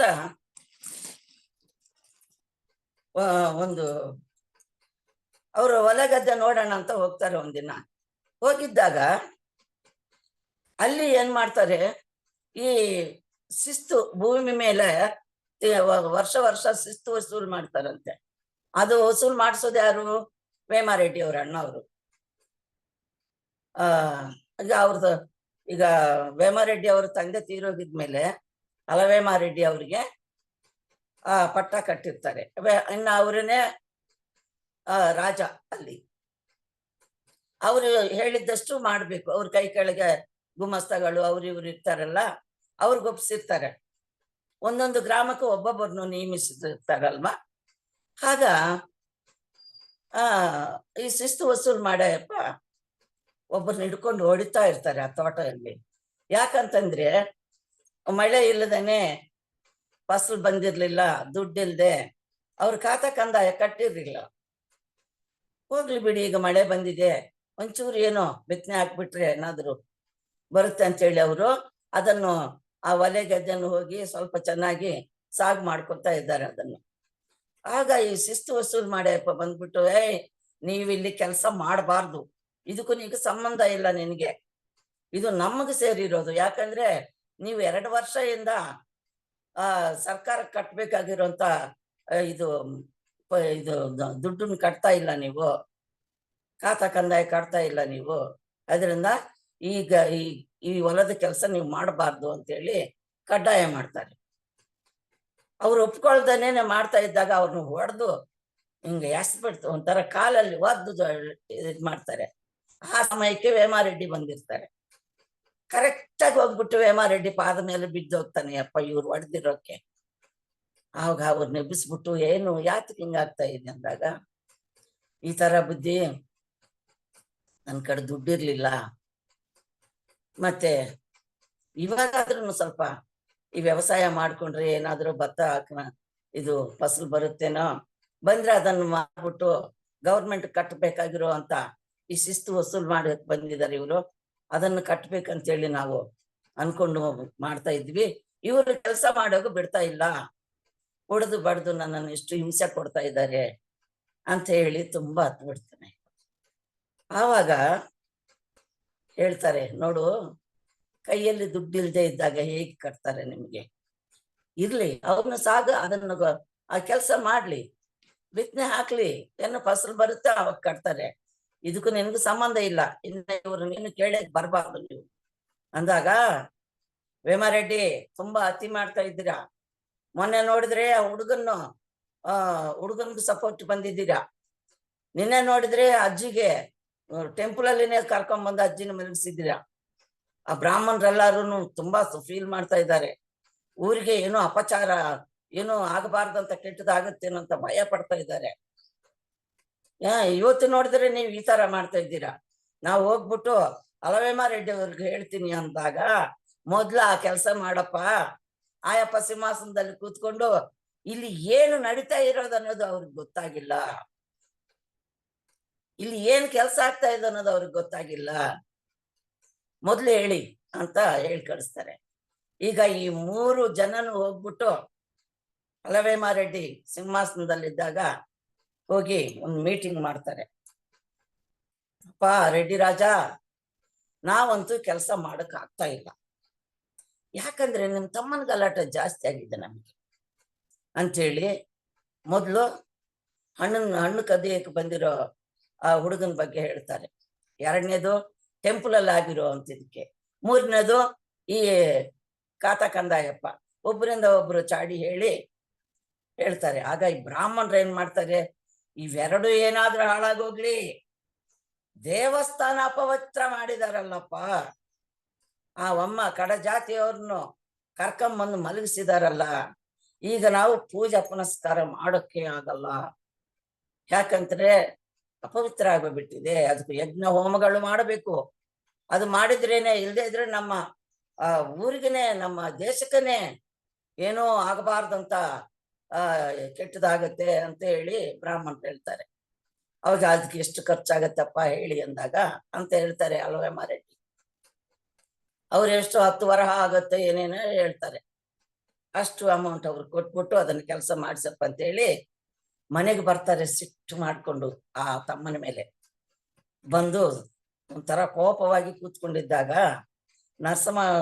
ನರಸಿಂಹಾಂಬ ಬಂದ್ಬಿಟ್ಟು, ಯಾಕ್ರಿ ತುಂಬಾ ಕೋಪದಲ್ಲಿ ಇದ್ದೀರಂದಾಗ, ಏನು ಮಾಡ್ಲಿ, ನಿಮ್ಮ ಮೈದಂದ್ರು ಮಾಡ್ತಾ ಇರೋಂತ ಕೆಲ್ಸ ಎಲ್ಲಾರು ನಮ್ ಕಡೆ ಬಂದ್ಬಿಟ್ಟು ಕಂಪ್ಲೇಂಟ್ ಮಾಡ್ತಾವ್ರೆ, ದೂರ ಹೇಳ್ತಾವ್ರೆ, ಅವನು ಸರಿಯಾಗಿರ್ತಾ ಇಲ್ಲ, ಕೆಲ್ಸ ಬಗ್ಸಿ ಏನು ಇಲ್ಲ, ಎಂತಕ್ಕೂ ಉಪಯೋಗ ಇಲ್ಲ, ಏನೋ ಹುಡುಗ ಇದ್ದಾನೆ, ನನ್ಗೊಂಚೂರು ಸಹಾಯ ಆಗ್ತಾನಂತ ನಾನು ತುಂಬಾ ಆಸೆ ಪಟ್ಟಿದೆ, ಅವನು ಯಾವುದಕ್ಕೂ ಇಲ್ದಂಗ ಆಗಿದ್ದಾನೆ, ಮನೆಯಲ್ಲಿರೋ ಹುಡುಗ ಅಲ್ವೇ, ಸಾಕ್ತಾ ಇದ್ದೀವಿ ಮಗನಕ್ಕಿಂತ ಹೆಚ್ಚಾಗಿ, ಒಂದಕ್ಕಾದ್ರೂ ಅವನ ಸಹಾಯ ಆಗ್ಬಾರ್ದ, ಈ ತರ ಆಗಿದ್ದಾನಲ್ಲ ಇವನು ಅಂತೇಳಿ ಅವರು ಹೆಂಡತಿ ಕಡೆ ಹೇಳ್ತಾ ಇರೋ ಸಮಯದಲ್ಲಿ ಮೆತ್ತಿಗ ಒಳಗ್ ಬರ್ತಾರೆ. ಬಂದಾಗ ತಮ್ಮಂದ್ರೆ ಬನ್ನಿ ಅಂತ ಕರೀತಾರೆ. ಆಗ ಅತಿ ವಿನಯವಾಗಿ ಕೈ ಕಟ್ಕೊಂಡು ಬಂದು, ಅಣ್ಣವ್ರೆ ಹೇಳ್ರಿ ಅಂದಾಗ, ಏನು ನೀವು ಮಾಡ್ತಿರೋ ಕೆಲಸ, ಇಂಥ ಈ ಕೆಲ್ಸಗಳು ಮಾಡಬಾರ್ದು ಅಂತಾಗ, ಅಣ್ಣ ನಾನೇನು ಮಾಡಿಲ್ಲ, ಬಡಪಾಯಿ ಅವನು ಹೊಟ್ಟೆ ಹಚ್ತಾ ಇದ್ದೆ ಅಂತ ಹೋದ, ಅಂಥವ್ನ ಹಿಡ್ಕೊಂಡು ಹೊಡೆದ್ರವ್ರು, ಅಜ್ಜಿನ ಹೊಡಿತಾ ಇದ್ರು, ನಾನು ಹೋಗೋಷ್ಟಕ್ಕೆ ನನ್ಗೆ ಬೇಜಾರಾಯ್ತು, ಈ ತರ ಮಾಡಿದ್ದೀನಿ, ತಪ್ಪಾಯ್ತು ಅಂತ ಹೇಳ್ತಿದ್ದಾಗ ಅತ್ತಿಗಮ್ಮ ಕರೀತಾರೆ, ವೇಮಾರೆಡ್ಡಿ, ಕೃಷ್ಣಮ್ಮ ಕರಿತಾ ಇದ್ದಾರೆ ಹೋಗು ಅಂತ, ಯಾಕಂದ್ರೆ ಅವ್ರ ಮಗಳು, ಯಾಕಂದ್ರೆ ಅಣ್ಣನ ಕಡೆಯಿಂದ ತಪ್ಪಿಸ್ಬೇಕಲ್ಲ ಮಾತನಾಡೋದು. ಹೋಗಿದ್ದಾಗ ಅವ್ರು ಹೇಳ್ತಾರೆ, ನೋಡಿ ಮೈದನಿಗೆ ಸಪೋರ್ಟ್ ಬಂದ್ಬಿಟ್ಟು ನನ್ನ ಕಡೆ ಅವ್ನು ಮಾತನಾಡದೆ ಇದ್ದಂಗೆ ಕಳ್ಸ್ಬಿಟ್ಟಿದ್ಯಲ್ಲ, ಈ ತರ ಮಾಡು, ಅವ್ನು ಕೆಟ್ಟ ಹೋಗ್ತಾ ಇದ್ದಾನೆ ಅಂತ ಹೇಳಿ ಅದು ಒಂದು ಇದಾಗ್ಬಿಡುತ್ತೆ. ಸ್ವಲ್ಪ ದೊಡ್ಡವನಾಗಿದ್ದಾನೆ, ವಯಸ್ಸಿಗೆ ಬಂದಿದ್ದಾನೆ. ಸಂಗೀತ ಅಂದ್ರೆ ಮಹಾಪ್ರಾಣ. ಸಂಗೀತ, ಸಾಹಿತ್ಯ, ಪ್ರತಿ ಒಂದು ಇದರಲ್ಲಿ ಅಷ್ಟು ಒಳ್ಳೆ ಸದ್ಗುಣವಂತ ವೇಮಾರೆಡ್ಡಿ ಅವರು. ಮೊದಲಿಂದ ಬಾಲ್ಯದಿಂದನವರು ಒಳ್ಳೆ ಆಚಾರ ವಿಚಾರ ಇರುವಂತವ್ರು, ದೈವಭಕ್ತಿ ಉಳ್ಳವರು, ಅಷ್ಟು ಒಳ್ಳೆ ಇವರು. ಒಂದಿನ ಸಾಯಂಕಾಲ ಆ ಊರಲ್ಲಿ ನಾಟ್ಯ ಪ್ರದರ್ಶನ ಆಗ್ತಾ ಇರುತ್ತೆ. ಅಲ್ಲಿ ವಿಶ್ವದ ಅವನೊಬ್ಬ ಡ್ಯಾನ್ಸರ್, ವೇಶ್ಯ, ಅವ್ರ ತಾಯಿ ಎಲ್ಲ ಆ ಸ್ಟೇಜ್ ಮೇಲೆ ಅವರು ಡ್ಯಾನ್ಸ್ ಮಾಡ್ತಾ ಇರ್ತಾರೆ. ಎಲ್ಲ ಜನ ಎಲ್ಲ ಚೆನ್ನಾಗಿಲ್ಲ ಚೆನ್ನಾಗಿಲ್ಲ, ಇವ್ರು ಮಾಡ್ತಾ ಇರೋ ಡ್ಯಾನ್ಸ್ ಸರಿಯಾಗಿರೋದು, ಹಾಡು ಹಾಡಮ್ಮ, ಹಂಗಮ್ಮ ಹಿಂಗಮ್ಮ ಅಂತ ಎಲ್ಲಾರು ಮಾತನಾಡ್ತಾರೆ ನೋಡೋರೆಲ್ಲ. ಆವಾಗ ವಿಶ್ವದವ್ರ ತಾಯಿ ಇದ್ ಬಂದ್ಬಿಟ್ಟು, ಯಾರಾದ್ರೂ ಸರಿ ನನ್ನ ಮಗಳನ್ನು ಸೋಲ್ಸಂಗಿದ್ರೆ ಬನ್ರಿ, ನಾನು 10 ವರಹಗಳು ಕೊಡ್ತೀನಿ, ಇಲ್ವಾ ನೀವೇ ನಮಗೆ ದುಡ್ಡು ಕೊಡ್ಬೇಕು ಅಂತ ಹೇಳಿದ್ದಾಗ ಎಲ್ಲರೂ ನೋಡ್ತಾ ಇರ್ತಾರೆ. ಆ ಸಮಯದಲ್ಲಿ ವೇಮಾರೆಡ್ಡಿ ಅವರು ಹೋಗಿರ್ತಾರೆ ಅಲ್ಲಿಗೆ. ಆವಾಗ ಸರಿ ನಾನು ಆಡ್ತೀನಿ, ನಾನು ಇದ್ ಮಾಡ್ತೀನಿ, ನಿಮ್ಮ ಮಗಳನ್ನ ಸೋಲಿಸ್ತೀನಿ ಅಂತ ಹೇಳಿ ಆಯಪ್ಪ ಹೋಗ್ಬಿಟ್ಟು ಸಂಗೀತ ಹಾಡಕ್ಕೆ ಶುರು ಮಾಡ್ತಾರೆ. ಸಂಗೀತ ಹಾಡಿ ಆ ಹಾಡಿಗೆ ಸೋತೋಗ್ಬಿಡುತ್ತೆ ಅಮ್ಮ. ಸೋತೋಗಿದ್ದಾಗ ಇದು ಇನ್ನ ಆಯಮ್ಮ ಕೊಡ್ಬೇಕಲ್ವಾ 100 ವರಹ, ಅದನ್ನ ತಂದ್ಬಿಟ್ಟು ವೇಮಾರೆಡ್ಡಿಗೆ ಕೈಯಲ್ಲಿ ಹಾಕ್ತಾರೆ. ಆವಾಗ ವೇಮಾರೆಡ್ಡಿ ಆ ದುಡ್ಡನ್ನು ತಗೊಂಡು ಆ ವಿಶ್ವದ ತಲೆ ಮೇಲೆ ಸುರಿತಾನೆ, ನೀವೇ ತಗೋ, ನಮಗೆ ಯಾಕೆ ಬೇಕು ಈ ದುಡ್ಡು ಅಂತ. ಆವಾಗ ವಿಶ್ವದಾಗೆ ವೇಮಾರೆಡ್ಡಿ ಅವರ ಅಂತ ಚಂದಗಳು ನೋಡ್ಬಿಟ್ಟು, ಅವರ ಒಂದು ಮೈಕಟ್ಟು, ಅವರ ಒಂದು ವಿನಯ, ಅವರ ಒಂದು ಹಾಡಿರೋವಂತ ಹಾಡಿಗೆ ಆಯಮ್ಮ ಮೈಮರ್ತು ಹೋಗ್ತಾಳೆ. ಆಯಪ್ಪನ ಮೇಲೆ ಪ್ರೇಮ ಶುರುವಾಗತ್ತೆ, ಪ್ರೀತಿ, ಲವ್ ಸ್ಟಾರ್ಟ್ ಆಗತ್ತೆ. ನೋಡ್ಬಿಟ್ಟು ಇವ್ ಎಂತ ವ್ಯಕ್ತಿ ಅಲ್ವಾ, ಇಂಥವ್ರನ್ನು ನಾನು ಪತಿಯಾಗಿ ಪಡ್ಬೇಕು, ಇನ್ನ ವೇಶ್ಯ ವೃತ್ತಿ ನಾನು ಮಾಡಲ್ಲ, ಇವರೇ ನನಗೆ ಅಂದಂಗೆ ನಿರ್ಣಯ ಮಾಡ್ಕೊಂಡ್ಬಿಡುತ್ತೆ ಮನಸ್ಸಿಗೆ ಆ ಕ್ಷಣದಲ್ಲಿನೇ. ಆಗ ಆ ಪ್ರೋಗ್ರಾಮ್ ಆದ ತಕ್ಷಣ ವೇಮಾರೆಡ್ಡಿ ಅವರು ಹೊರಟೋಗ್ತಾ ಇರ್ತಾರೆ. ಹೋಗ್ತಾ ಇದ್ದೀರಾ ಅಂತ ಕರೀತದ ಅಮ್ಮ. ಯಾರು? ವಿಶ್ವದ ಅವ್ರ ತಾಯಿ. ಹೌದು, ಹೋಗ್ಬೇಕಲ್ಲ ಅಂದಾಗ, ನಮ್ಮ ಮನೆವರೆಗೂ ಬಂದು ಹೋಗ್ಬಾರ್ದ ಅಂತ. ಬೇಕಾದವ್ರೆ ಕರೆದಿಲ್ಲ, ನೀವು ಕರೆದ್ರೆ ಹೆಂಗ್ ಬರ್ತೀನಿ ಅಂತ ನಾಯಪ್ಪ. ಆವಾಗ ಅವ್ರು ಹೇಳ್ತಾರೆ, ಮನಸ್ಸು ಉಳ್ಳವರಾಗಿದ್ರೆ ಕರೀಬೇಕೆ, ಬರ್ಬೋದಲ್ವೇ ಅಂತ ಹೇಳ್ತಾರೆ. ನೋಡಿ ಅದೇ ಪಾಯಿಂಟ್. ಇನ್ನ ಹೇಗೆ ನೋಡಿ, ಕಮಾನ್ ಮಿಸ್ಟರ್ ಫ್ಲೈ ಅಂದಂಗೆ ಕಪ್ಪಗೆ ನಾಲಿಗೆಗೆ ಒಂದು ಜಿಗುರು ಇರುತ್ತಂತೆ. ಆ ನಾಲಿಗೆ ಒಂದ್ಸಲ ಇದ್ ಮಾಡಿದ್ರೆ ಏನಂತ ಕರೀತದೆ, ಕಮಾನ್ ಮಿಸ್ಟರ್ ಫ್ಲೈ ಅಂತ ಟಕ್ ಅಂತ ನಾಲಿಗೆ ಗಂಟಿಸ್ಕೊಂಡ್ಬಿಡುತ್ತಂತೆ. ಆ ತರ ಫ್ಲೈ ತರ ಅಂದ್ರೆ ಒಂದು ನೊಣೆ ತರ ಸಿಕ್ಕಾಕೊಂಡ್ಬಿಟ್ಟಿದ್ದಾನೆ ವೇಮನ್ನ ಆ ಅಮ್ಮನ ಕೈಗೆ. ಇನ್ನ ಆವತ್ತಿಂದ ಅವ್ರು ಇಬ್ಬರದು ಪ್ರೇಮ ಕಲಾಪ ಶುರುವಾಗುತ್ತೆ. ಯಾಕಂದ್ರೆ ಇವ್ರು ತುಂಬಾ ರಿಚ್ ಅಲ್ವಾ, ಪ್ರತಿ ಒಂದು ಏನ್ ಬೇಕೋ ಅದನ್ನು ತಗೊಂಡೋಗಿ ವಿಶ್ವದಾಗ ಸುರಿತಾ ಇರ್ತಾರೆ. ಒಡವೆ ಎಲ್ಲ, ಧನ ಕನಕ ವಸ್ತುವಾಗಿ ಏನು ಕೇಳಿದ್ರೆ ಅಷ್ಟನ್ನು ವಿಶ್ವದಾಗ ಕೊಟ್ಟಿರ್ತಾರೆ ವೇಮನ್ನ. ಒಂದು ದಿನ ದೊಡ್ಡ ಪೂಜೆ ನಡೀತಾ ಇರುತ್ತೆ. ಅವ್ರ ಮನೆಯಲ್ಲಿ ನಾಗಾಭರಣ ಅಂತ ಒಂದು ದೊಡ್ಡ ನೆಕ್ಲೆಸ್ ಇರುತ್ತೆ. ಅದು ಏನು, ವಂಶ ಪಾರಂಪರ್ಯದಿಂದ ಎಷ್ಟೋ ತರಗಳಿಂದ ಅದು ಪೂಜೆ, ಅವ್ರ ಮನೆಯಲ್ಲಿ ಪೂಜೆ ಮಾಡ್ತಾನೆ ಇರ್ತಾರಂತೆ. ದೊಡ್ಡ ಸೊಸೆ ಆ ಪೂಜಾ ದಿನ ಅವರು ಹಾಕೊಂಡು ಆ ಮಣದ ಮೇಲೆ ಕೂತ್ಕೊಂಡು ಪೂಜೆ ಮಾಡ್ಬೇಕು. ಆ ತರ ಫಂಕ್ಷನ್ ಮಾಡೋ ಸಮಯದಲ್ಲಿ ಎಲ್ಲಾರ್ಗು ಇನ್ವೈಟ್ ಮಾಡಿರ್ತಾರೆ, ಎಲ್ಲಾರ್ಗು ಆಹ್ವಾನ ಮಾಡಿರ್ತಾರೆ. ಎಲ್ರು ಅದರಲ್ಲಿ ಈ ವಿಶ್ವದ ತಾಯಿನೂ ಹೋಗಿರ್ತಾರೆ ಆ ಫಂಕ್ಷನ್ಗೆ. ಹೋಗಿದ್ದಾಗ ವೇಮಾರೆಡ್ಡಿ ಅವರ ಅತ್ತಿಗೆ ಕೃತಿಕದಲ್ಲಿರುವಂತ ಆ ನಾಗಾಭರಣ ನೋಡುತ್ತೆ ವಿಶ್ವದ ಅವ್ರ ತಾಯಿ. ನೋಡ್ಬಿಟ್ಟು, ಅಲ್ಲಿ ನೋಡಿ ನಿನ್ಗೆ ಯಾವ್ದು ಹಡಸ್ ಪಡಸ್ ತಂದು ಕೊಟ್ಟಿದ್ದಾರೆ, ಆ ಹಾರ ನೋಡಿ ಹೆಂಗಿದ್ಯೋ, ಇಂಥದೆಲ್ಲ ತಂದು ಕೊಟ್ಟಿಲ್ಲ ವೇಮಾರೆಡ್ಡಿ, ನೋಡು ಎಷ್ಟ್ ಚೆನ್ನಾಗಿದೋ, ಅದನ್ನು ತಂದು ಕೊಡೋವರೆಗೂ ಅವನ್ನೇ ಮಾತನಾಡ್ಬೇಡ ಒಂದ್ ಕಡೆ ಅಂತ ಹೇಳುತ್ತಿದ್ದು. ಆಯ್ತು ಅಂತ ಹೇಳಿ ಒಂದು ಸುಮ್ಮನೆ ಆಗ್ಬಿಡ್ತು. ಸರಿ, ಫಂಕ್ಷನ್ ಆಗಿದ್ಮೇಲೆ ಮನೆಗೆ ಹೋಗ್ತಾರೆ. ಯಥಾ ರೀತಿ ವೇಮನ್ನ ಅವ್ರ ಮನೆಗೆ ಹೋಗ್ತಾನೆ. ಹೋಗಿದ್ದಾಗ ಇವಮ್ಮ ಕೋಪದಿಂದ ಕೂತ್ಕೊಂಡಿರ್ತಾನೆ, ಒಂದು ಕಡೆ ಮಾತನಾಡ್ಸಲ್ಲ. ಓ ಯಾಕೋ ಪ್ರೇಯಸಿ, ಯಾಕೆ ನನ್ನ ಜೊತೆಗೆ ಮಾತನಾಡ್ತಾ ಇಲ್ಲ, ಏಕೆ ಕೋಪವೇಕೆ ಅಂತ ಕೇಳಿದಾಗ, ಹೋಗು, ಯಾವುದೋ ಒಂದು ಕೆಲ್ಸಕ್ಕೆ ಬರಬಾರ್ದಂತ ಒಡವೆಗಳು ತಂದು ಕೊಡ್ತೀಯ, ಸಣ್ಣ ಸಣ್ಣವು. ನಿಮ್ಮ ಅತ್ತಿಗೆ ಕುತ್ತಿಗೆ ಕಿತ್ತು ನೋಡಿ ನಾಗಾಭರಣ, ಅದು ಎಷ್ಟು ಚೆನ್ನಾಗಿದೆ, ಅದು ನನ್ಗೆ ಬೇಕು ಅಂತ ಕೇಳ್ತಾಳೆ. ಓಶ್ ಅಷ್ಟೇನಾ, ತಂದು ಕೊಡ್ತೀನಿ ಬಿಡು ಅಂತೇಳಿ ಒಂದಿನ ನಾಗಾಭರಣ ಕದ್ದುಕೊಂಡೋಗಿ ಕೊಡ್ತಾನೆ. ನಾಳೆ ನಾಗರ ಪಂಚಮಿ ಇದೆ. ಆ ಪಂಚಮಿ ದಿನ ಇವರ ಪೂಜೆ ಮಾಡ್ಲೇಬೇಕು, ಅವ್ರ ಅಣ್ಣ ಮಾಡೋದು. ಶುಕ್ರವಾರ ಬಂದಿದೆ, ಮಾಡ್ಲೇಬೇಕು. ಇವಮ್ಮ ಆ ದೇವ್ರ ರೂಮ್ ಕ್ಲೀನ್ ಮಾಡಕ್ ಹೋಗಿದ್ದಾಗ ಆಭರಣ ಇಲ್ಲ ಅಲ್ಲಿ. ಗಪ್ ಅಂದ್ಬಿಡುತ್ತೆ ಅಮ್ಮನ ಮನಸ್ಸಿಗೆ, ಅಯ್ಯೋ ನಾಗಾಭರಣ ಎಲ್ಲೋಯ್ತು. ಈಗ ವೇಮನ್ನನೇ ತಗೊಂಡೋಗಿ ಕೊಟ್ಟಿರ್ತಾರೆ, ಏನ್ ಮಾಡ್ಲಿ ಈಗ? ನಾಳೆ ಪೂಜೆಗೆ ನನ್ನ ಗಂಡ ಬಂದು ಕೂತ್ಕೊಂಡಿದ್ದಾಗ ಏನ್ ಹೇಳಿ ಸಮಾಧಾನ? ಅದಲ್ದನೆ ನಾಗಾಭರಣ ಮನೇಲಿ ಇಲ್ಲ ಅಂತಂದ್ರೆ ನಮ್ಗೆ ಕೆಟ್ಟದಾಗತ್ತೆ, ಏನ್ ಮಾಡ್ಲಿ ಅಂತ ಹೇಳಿ ದುಃಖದಿಂದ ಮಲಗಿರ್ತದ ಅಮ್ಮ. ವೇಮಾರೆಡ್ಡಿ ಬಂದ ತಕ್ಷಣ ಅವ್ರ ಮಗಳು ಕಿಷ್ಟಮ್ಮ, ಚಿಕ್ಕಪ್ಪ ಅಮ್ಮ ಅಳಿತಾವ್ರೆ ಅಂತ ಕೇಳಿದಾಗ, ಯಾಕಪ್ಪ ಅಂತ. ಗೊತ್ತಿಲ್ಲ, ಅಮ್ಮ ಅಳಿತಾ ಮಲಗಿದ್ದಾರೆ ನೋಡಿ ಅಂದಾಗ, ಈಗ ಅಮ್ಮ ಅಂದ್ರೆ ಹೆತ್ತ ತಾಯಿಗಿಂತ ಹೆಚ್ಚಲ್ವೇ ಸಾಕಿರೋ ಅಂತ ಅಮ್ಮ. ಅಮ್ಮ ಅತ್ತಿಗಮ್ಮ, ಯಾಕಮ್ಮ ಇಷ್ಟು ಫೀಲ್ ಮಾಡ್ತಾ ಇದ್ದೀಯ, ಏನಾಯ್ತಂತ. ಏನಿಲ್ಲ ವೇಮಣ್ಣ, ನಾಗಾಭರಣ ಕಾಣಿಸ್ತಾ ಇಲ್ಲ ವೇಮಣ್ಣ. ನಾಳೆ ನಿಮ್ಮ ಅಣ್ಣ ಪೂಜೆಗೆ ಬಂದ್ರೆ ಸುಮ್ನೆ ನಮ್ಮನ್ನು ಬಿಟ್ಟಾರ, ಪ್ರಾಣದಲ್ಲಿ ಬಿಡ್ತಾರ ಅವರು ನಮ್ಮನ್ನು.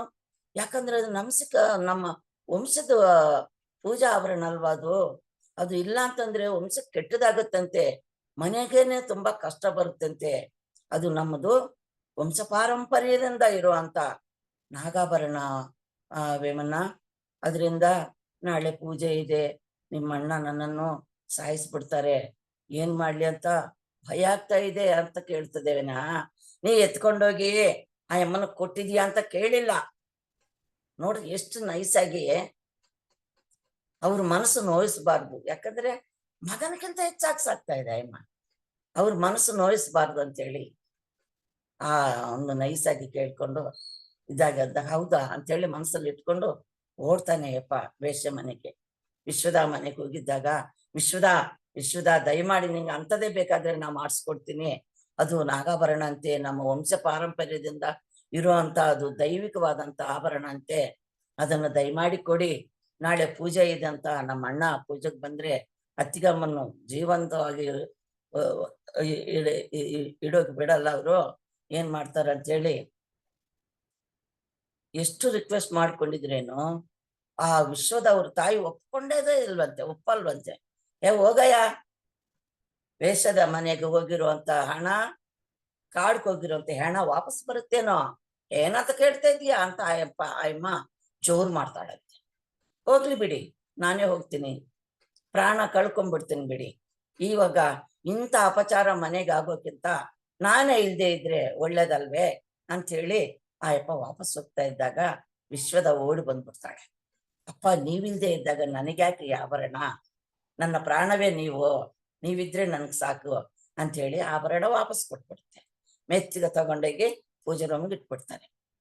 ಬೇಗ ಹೇಳ್ತಾ ಇದ್ದೇನೆ, ಇದು ಪೂಜೆ ರೂಮ್ಗೆ ಇಟ್ಬಿಡ್ತಾರೆ. ಮತ್ತೆ ಇನ್ನೊಂದ್ ದಿನ ಒಂದ್ ಫಂಕ್ಷನ್ ಅಲ್ಲಿ ಅತ್ತಿಗೆಮ್ಮ ಮುಕ್ಕರ ಹಾಕೊಂಡಿರ್ತದೆ. ಆ ಫಂಕ್ಷನ್ ಅಲ್ಲಿನೂ ಅದನ್ನ ನೋಡ್ಬಿಟ್ಟು ವಿಶ್ವದ ತಾಯಿ ಹೇಳ್ತದೆ, ಏನಂತ ನೋಡಿ ಆ ಮುಕ್ಕರ ಎಷ್ಟು ಚೆನ್ನಾಗಿದ್ಯೋ ಅದನ್ನು ತರ್ಸ್ಕೋ ಅಂದಾಗ, ಮತ್ತೆ ನೆಕ್ಸ್ಟ್ ಡೇ ಹೋಗಿದ್ದಾಗ ಮುಕ್ಕರ ಕೇಳುತ್ತೆ, ಮೂಗಿರೋಂತ ಮೂಗುತ್ತಿ, ಇಷ್ಟು ಉದ್ದ ಬೆಳೆಸ್ಕೊಂಡಿರ್ತಾರಲ್ಲ ಮೂಗುತ್ತಿ, ಅದನ್ನು ಕೇಳ್ತಾರೆ.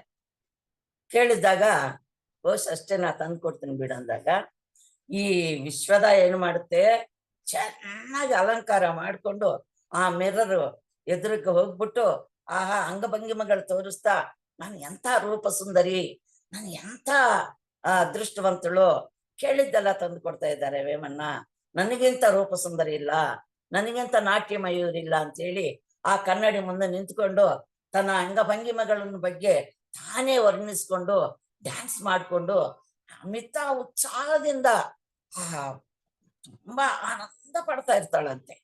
ಆವಾಗ ಅಂತರಾತ್ಮ ಹೇಳ್ತಾ ಇದೆ, ಏಯ್ ವಿಶ್ವದ, ಎಷ್ಟು ದಿನ ನಿನ್ನ ಯೌವನ ಇರುತ್ತೆ, ಎಷ್ಟು ದಿನ ಇದೇ ತೀರಿ ಇರ್ತೀಯ, ಬಿಡೋ ಇನ್ನ ವೇಮನನು. ಅವರಿಗೆ ಯೋಗಿ ಆಗುವಂತ ಕಾಲ ಬಂದಿದೆ. ನೀನು ಗತ ಜನ್ಮದಲ್ಲಿ ಯೋಗಿನೇ, ನೀವು ಹಿಂಗ ಬಿಟ್ಬಿಡು, ಈ ಒಂದು ವ್ಯಾಪಾರ ಬೇಡ ನಿನ್ಗೆ, ನೀವು ಒಳ್ಳೆ ಸಜ್ಜನರಾಗಿ ಬಾಳು, ಇದೆಲ್ಲ ಅಶಾಶ್ವತ, ಶಾಶ್ವತವಾದಂತ ಧ್ಯಾನ ಮಾಡು, ಶಾಶ್ವತವಾದಂತ ಆಧ್ಯಾತ್ಮಿಕ ಚಿಂತನದಲ್ಲಿ ಜೀವನ ಮಾಡು, ಇದು ಬೇಡ, ಇದು ಈ ವ್ಯಾಪಾರ ಸುಖಗಳನ್ನು ಬಿಟ್ಟು ಬಿಡು, ನಿಮಗೂ ಬೇಕಾಗಿದಿಲ್ಲ, ಬೇಡ ಅಂತೇಳಿ ಅಂತರಾತ್ಮ ಹೇಳಿ ಆ ಅಮ್ಮನಿಗೆ ನೋಡಿ ನಾಳೆ ಹೆಂಗಾತಿ ಅಂತ ಹೇಳಿ ಮುದುಕಿ ತರ ತೋರಿಸ್ಬಿಡುತ್ತೆ. ಒಂದು ಸ್ಕೆಲ್ಟನ್ ಬರೀ ಮೂಳೆ ಪಂಜರ, ಅಸ್ಥಿ ಪಂಜರ ತೋರಿಸ್ಬಿಡುತ್ತೆ. ಆಗ ಅಮ್ಮನಲ್ಲಿ ಮನಸ್ಸು ಚೇಂಜ್ ಆಗಿಬಿಡುತ್ತೆ. ಅಪ್ಪ, ನಾನು ಇಷ್ಟು ವರ್ಷ ಎಷ್ಟು ಇದು ಮಾಡಿದ್ದೀನಿ, ಹೌದು, ಅಶಾಶ್ವತವಾದಂತ ಈ ಜೀವನ ಬೇಡ, ಶಾಶ್ವತವಾದಂತ ಆಧ್ಯಾತ್ಮಿಕ ಚಿಂತನೆಯಲ್ಲಿ ಮಾಡಿ ಆ ಅಂತರಂಗದಲ್ಲಿ ಆತ್ಮ ರಾಮನ್ನ ಪೂಜೆ ಮಾಡೋಣ, ಭಗವಂತನ ನಿಯಮನಿಷ್ಠದಿಂದ ನಿರಂತರము ಧ್ಯಾನ ಮಾಡೋಣ ಅನ್ನೋ ಒಂದು ಇದು ಭಕ್ತಿ ಪಾರವಸ್ಯ ಹುಟ್ಟುಬಿಡುತ್ತೆ ಅಮ್ಮ ಇದರಲ್ಲಿ. ಈ ಮುಖರ ಕೇಳಿದಾಳಲ್ಲ, ಕೇಳಿದ್ದಾಗ ಬಂದ್ಬಿಟ್ಟು ಅತ್ತಿಗಮ್ಮನ್ ಕೇಳ್ತಾರೆ, ಅತ್ತಿಗಮ್ಮ ನನ್ಗೊಂದು ಬೇಕು, ಕೊಡ್ತೀರಾ ಅಂತ. ಏನಪ್ಪ ಅಂದಾಗ, ಅಲ್ಲ ನಿಮ್ ಮೂಗುತ್ತಿ ಬೇಕು ನನಗೆ ವಿಶ್ವದಾನೇ ನಾನು ಮದುವೆ ಆಗೋದು, ವಿಶ್ವದಕ್ಕಿಂತ ನನ್ಗೆ ಯಾರು ಹೆಚ್ಚಿಲ್ಲ, ನಾನು ಅವಳ ಮದುವೆ ಆಗ್ಲೇಬೇಕು, ನನ್ಗ ಆ ಮೂಗುತಿ ಕೊಡಿ ಅತ್ತಿಗೆ ಅಂತ ಕೇಳಿದ್ದಾಗ, ಆ ಮೂಗುತಿಯಲ್ಲೂ ತುಂಬಾ ಅರ್ಥವಿದೆ ಅಂತೆ. ಆ ಮೂಗುತಿ ತನ್ನ ಗಂಡ ಇದ್ದಂಗಂತೆ ಅವ್ರಿಗೆ, ಅದು ಸಿಂಬಲು. ಅದಕ್ಕೆ ಅಯ್ಯೋ ಇವಳು ಆ ಅಮ್ಮ ತುಂಬಾ ದೈವಭಕ್ತರು, ವೇಮನ ಅವರ ಅತ್ತಿಗೆ ಅವರು ದಿವ್ಯ ದೃಷ್ಟಿಯಿಂದ ನೋಡ್ತದೆ, ಓಹೋ ವೇಮಾರೆಡ್ಡಿ ಅವ್ರಿಗೆ ಒಳ್ಳೆ ಕಾಲ ಬಂದ್ಬಿಟ್ಟಿದೆ, ಇನ್ನ ವಿಶ್ವದ ಬಿಟ್ಬಿಡ್ತಾಳೆ ಅಂತೇಳಿ, ಹೌದಪ್ಪ ನಾಳೆ ಹುಣ್ಣಿಮೆ ಅಲ್ವಾ, ಹುಣ್ಣಿಮೆ ದಿನ ಬಾ, ನಿಮ್ಗೆ ಕೊಡ್ತೀನಿ ಅಂತ ಹೇಳ್ತಾರೆ. ಅಂತ ಸಂತೋಷದಿಂದ ಹೋಗ್ಬಿಟ್ಟು ವಿಶ್ವದ ಕೇಳಕ್ಕೆ ಹೋಗ್ತಾರೆ. ಹೋಗಿದ್ದಾಗ ವಿಶ್ವದ ಯಾವ ರೂಪದಲ್ಲಿದ್ದಾಳೆ, ಆ ಅಂಗಭಂಗಿಮ ಅಲಂಕಾರಗಳೆಲ್ಲ ಏನೂ ಇಲ್ಲ, ಕಾಷಾಯ ವಸ್ತ್ರ ಧರಿಸಿ ಕೂತ್ಕೊಂಡಿದ್ದಾಳೆ.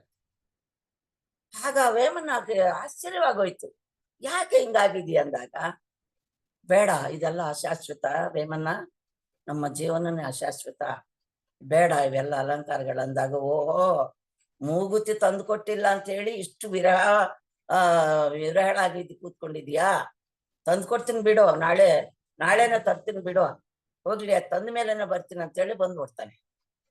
ಹುಣ್ಣಿಮೆ, ಆ ಹುಣ್ಣಿಮೆ ದಿನ ಬಂದ್ಬಿಟ್ಟು, ಅತ್ತಿಗಮ್ಮ ಹುಣ್ಣಿಮೆ ಅಲ್ವಾ, ಕೊಡ್ತೀನಿ ಅಂದಿದ್ರಲ್ಲ ಕೊಡಿ ಅಂತ. ಹಾ ವೇಮನ್ನ ಬಂದಿದ್ಯಾ ಬಾ ಅಂತೇಳಿ ಮನೆ ಒಳಗೆ ಕರ್ಕೊಂಡೋಗಿ ಬಾ ಅಂತೇಳಿ ಸೀರೆ ಬಿಚ್ಚಾಕ್ಬಿಟ್ಟು ಬೇರ್ಬಾಡಿಯಿಂದ ಹಿಂಗ ಬಗ್ಗಿ ಬೋರ್ಲ ಬಗ್ಗಿ ಹಿಂಗೆ ಬೋರ್ಲ ಮಲಗಿ, ಬಾಪ ತಗೋ ಮುಕ್ಕರ ತಗೋ ಬಾ ಅಂತ, ಮೂಗುತಿ ತಗೋ ಬಾ ಅಂತ ತೋರಿಸ್ತದ ಅಮ್ಮ. ಹಂಗ ಪ್ರೈವೇಟ್ ಪಾರ್ಟ್ಸ್ ಎಲ್ಲ ನೋಡ್ತಾರೆ.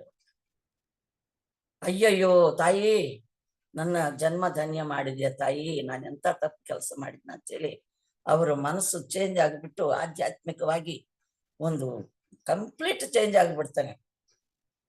ಮುಕ್ಕರ ಅಂತ ಇದೆ ಅದ್ರ ಹೆಸರು, ಮುಕ್ಕರ ಮೂಗುತಿ ಎರಡನು. ಮುಕ್ಕರ ಮುಖವಾಡ ಬರೋ ಅಂತ ರಂಧ್ರ ತಗೋಪ್ಪ ಅಂತೇಳಿ ಅವ್ರು ಪ್ರೈವೇಟ್ ಪಾರ್ಟ್ಸ್ ತೋರಿಸ್ತಾರೆ. ಆಗ ಅಲ್ಲಿ ಆಯಮ್ಮ ವೇದಾಂತಿ ಹಂಗ್ ಕಲ್ಸಿ ತೋರಿಸಿದೆ ಫಸ್ಟು, ಇದೆಲ್ಲ ಅಶಾಶ್ವತ, ನನ್ ಕಡೆ ಬರ್ಬೇಡ ಅಂತ. ಮೊದಲು ಗುರು ವಿಶ್ವದ, ಎರಡನೇ ಗುರು ತಾಯಿ ಈ ಅಮ್ಮ. ಇವ್ರಿಗೂ ಗೊತ್ತಾಗ್ಬಿಟ್ಟಿದೆ, ಅವ್ರ ಮನೆಯಲ್ಲಿ ಅಭಿರಾಮ ಅಂತ ಹೇಳಿ ಬಂಗಾರ ಕೆಲಸ ಮಾಡ್ತಾರೆ ಅವ್ರ ಮನೆಯಲ್ಲಿ. ಆ ಅಭಿರಾಮ ಅಂತಂದ್ರೆ ನಮ್ಮ ವೇಮನ್ನಗ ಪ್ರಾಣ, ಇಬ್ಬರು ಪ್ರಾಣ ಸ್ನೇಹಿತರು. ಅಭಿರಾಮ ಒಬ್ಬ ಯೋಗಿಯವರನ್ನೇ ಸೇವೆ ಮಾಡ್ತಾ ಇರ್ತಾರೆ.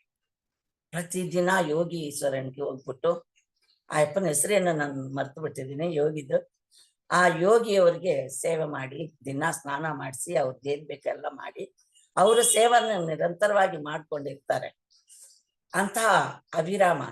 ಆಗ ಆ ಯೋಗೀಶ್ವರ ಕೊನೆ ಜೀವನ ಅಂದ್ರೆ ಸಾಯುವಂತ ಸಮಯ ಬಂದಿದೆ, ಅವರು ಶರೀರ ಬಿಡುವಂತ ಸಮಯ ಬಂದಾಗ, ಅಭಿರಾಮ ನಾಳೆ ಸಾಯಂಕಾಲ 6 ಗಂಟೆಗೆ ನೀವು ಖಂಡಿತ ನನ್ನ ಕಡೆ ಬರ್ಬೇಕು, ನಿನಗೆ ನಾನು ಬೀಜಾಕ್ಷರ ಬರೀಬೇಕು, ನನಗ ಶರೀರ ಬಿಟ್ಟು ಹೋಗ್ತಾ ಇದ್ದೀನಿ, ನನಗೆ ಅವಸಾನ ಕಾಲ ಸಮೀಪವಾಗಿದೆ, ವೇಮಾರೆಡ್ಡಿ ಸಾರಿ ಅಭಿರಾಮ ನೀವು ಬರ್ಬೇಕು ಅಂತ ಹೇಳ್ತಾರೆ. ಆಯ್ತು ಗುರೂಜಿ ಬರ್ತೀನಿ ಅಂತೇಳಿ ಅವ್ರಿಗೆ ಹೇಳ್ಬಿಟ್ಟು ಸಾಯಂಕಾಲ ಬರ್ತೀನಿ ಅಂತೇಳಿ ಅಮಿತ ಸಂತೋಷವಾಗಿ ಬಂದ್ಬಿಟ್ಟು ವೇಮಾರೆಡ್ಡಿ ಹತ್ರ ಹತ್ತಿಕೊಂಡು, ವೇಮಾರೆಡ್ಡಿ ನನಗೆ ಈ ತರ ಗುರೂಜಿ ಅವರು ಇವತ್ತು ಸಾಯಂಕಾಲ ಅವರು ಶರೀರ ಬಿಟ್ಬಿಟ್ಟು ಹೋಗ್ತಾರಂತೆ, ನನ್ನನ್ನು ಬರಕ್ಕೆ ಕೇಳಿದ್ದಾರೆ, ನನಗೇನೋ ಬೀಜಾಕ್ಷರ ಬರೀತಾರಂತೆ, ನನ್ಗೇನೋ ದೀಕ್ಷೆ ಕೊಡ್ತಾರಂತೆ ಅಂತೇಳಿ ಇವರಿಬ್ರು ಮಾತನಾಡ್ಕೊಂತ ಇದ್ದಿದ್ದು ಅತ್ತಿಗಮ್ಮ ಕೇಳಿಸ್ಕೊಂತಾರೆ. ನೋಡ್ರಿ ಸ್ವಾರ್ಥ ಅನ್ನೋದು ಎಂತ ಕೆಟ್ಟದ್ದು ನೋಡ್ರಿ. ವೇಮನ ಯೋಗಿ ಆಗೋ ಕಾಲ ಬಂದಿದೆ, ಯೋಗಿ ಆಗ್ಬಿಟ್ಟಿದ್ದಾನೆ, ಇನ್ನೇನು ಒಂದ್ ಕಡೆ ಸೈಲೆಂಟ್ ಆಗಿ ಕೂತ್ಕೊಂಡ್ಬಿಟ್ಟಿದ್ದಾನೆ. ವಿಶ್ವದ ಮನೆ ಇಲ್ಲ, ಯಾರು ಮನೆ ಇಲ್ಲ, ಮೌನವಾಗಿ ಕೂತ್ಕೊಂಡ್ಬಿಟ್ಟಿದ್ದಾರೆ ಮನೆಯಲ್ಲಿ. ಅಂತ ಸಮಯದಲ್ಲಿ ಅಭಿರಾಮ ಬಂದ್ಬಿಟ್ಟು ವೇಮನ್ನ ಹತ್ರ ಹೇಳೋರಂತ ಮಾತು ಕೇಳಿಸ್ಕೊಂಡು, ಓಹೋ ಆ ಗುರೂಜಿ ಕಡ ಆ ಮುನೀಶ್ವರ ಕಡೆಯಿಂದ ಬರುವಂತ ಆ ಬೀಜಾಕ್ಷರ ನಮ್ಮ ವೇಮನ್ನಗೆ ಸಿಕ್ಬೇಕು ಅಂತೇಳಿ ಸ್ವಾರ್ಥ ಮಾಡಿ ಮನಸ್ಸಲ್ಲಿ ಇಟ್ಕೊಂಡು ಅಭಿರಾಮ ಬನ್ರಿ ಇಲ್ಲಿ ಅಂತ ಕರೀತಾರೆ. ಕರೆದಾಗ ಅಮ್ಮ ಅಂತ ಹೇಳಿ ಹೋಗ್ತಾರೆ. ನೋಡಿ ಅಭಿರಾಮ, ನನಗೆ 7 ವಾರ ಈ ನಗ ನಟ್ಟು ಎಲ್ಲ ಮಾಡ್ಕೊಡ್ಬೇಕು, ನೀವು ಇಲ್ಲಿಂದ ಎಲ್ಲೂ ಹೋಗಂಗನೇ ಇಲ್ಲ ಅಂತ ಮನೆ ಒಳಗೆ ಕರೆದ್ಬಿಟ್ಟು ತುಂಬಾ ಕಡ್ಡಾಯ ಮಾಡ್ಬಿಡುತ್ತೆ. ಇಲ್ಲ ಅತ್ತಿಗಮ್ಮ ನಾನು ಹೋಗ್ಲು, ಇಲ್ಲಮ್ಮ ನಾನು ಈ ತರ ನಮ್ಮ ಗುರೂಜಿ ನಮ್ಮ ಯೋಗಿಯವರು ಇಷ್ಟು ವರ್ಷ ಸೇವೆ ಮಾಡಿದ್ದೀನಿ, ಅವ್ರ ಕಡೆ ನಾನು ಹೋಗ್ಲೇಬೇಕು, ಅವ್ರೀಗ ಶರೀರ ಬಿಟ್ಟು ಹೋಗ್ತಾ ಇದ್ದಾರೆ, ಅವರು ನನಗೆ ದೀಕ್ಷೆ ನೀಡ್ತೀನಿ ಅಂತ ಹೇಳಿದ್ದಾರೆ, ಕೊಡ್ತೀನಿ ಅಂತ ಹೋಗ್ಲೇಬೇಕು ನಾನು ಅಂದಾಗ, ಎಷ್ಟು ಏಕೆ ವಿನಯ ವಿಧೇಯತೆಯಿಂದ ಕೇಳ್ತಾ ಇದ್ದೀನಿ, ಮಾತು ಕೇಳಲ್ವಲ್ಲ ನೀವು, ಎಲ್ಲಿಗೆ ಹೋಗ್ತೀಯ ನೀನು, ಹೋಗಂಗಿಲ್ಲ ಅಂತೇಳಿ ಬಲವಂತ ಮಾಡಿ ಒಂದು ರೂಮ್ಗೆ ಹಾಕ್ಬಿಟ್ಟು ಆ ಅಭಿರಾಮನ್ ರೂಮಲ್ಲಿ ಹಾಕಿ ಲಾಕ್ ಮಾಡ್ಬಿಡ್ತೀವಿ, ಆಚೆ ಬರಂಗನೇ ಇಲ್ಲ. ಇನ್ನೇನ್ ಸದ್ದಿಲ್ಲ, ವೇಮನ್ನ ಬಂದ್ಬಿಟ್ಟು ಅತ್ತಿಗಮ್ಮ ಅಭಿರಾಮ ಎಲ್ಲಿ ಅಂದಾಗ ಹೊರಟಿದ್ರು, ಅವಾಗ್ಲೇ ಬಂದ ಹೇಳ್ಬಿಟ್ಟು ಹೋಗಿದ್ದಾರೆ ವೇಮನ್ನ ಅಂತ ಹೇಳ್ತಾರೆ. ಯಾವ್ದು ಊರಿಗೆ ಹೋಗ್ಬೇಕಂತ ಕೇಳಿದ, ಬಂದು ಹೋಗ್ಬಿಟ್ಟು ಬಾ ಅಂತ ಹೇಳಿದೆ ಅಂತಾರೆ. ಸುಳ್ಳು ನೋಡ್ರಿ, ಸ್ವಾರ್ಥ ಅನ್ನೋದು ಎಂತ ಕೆಟ್ಟದ್ದು ನೋಡ್ರಿ.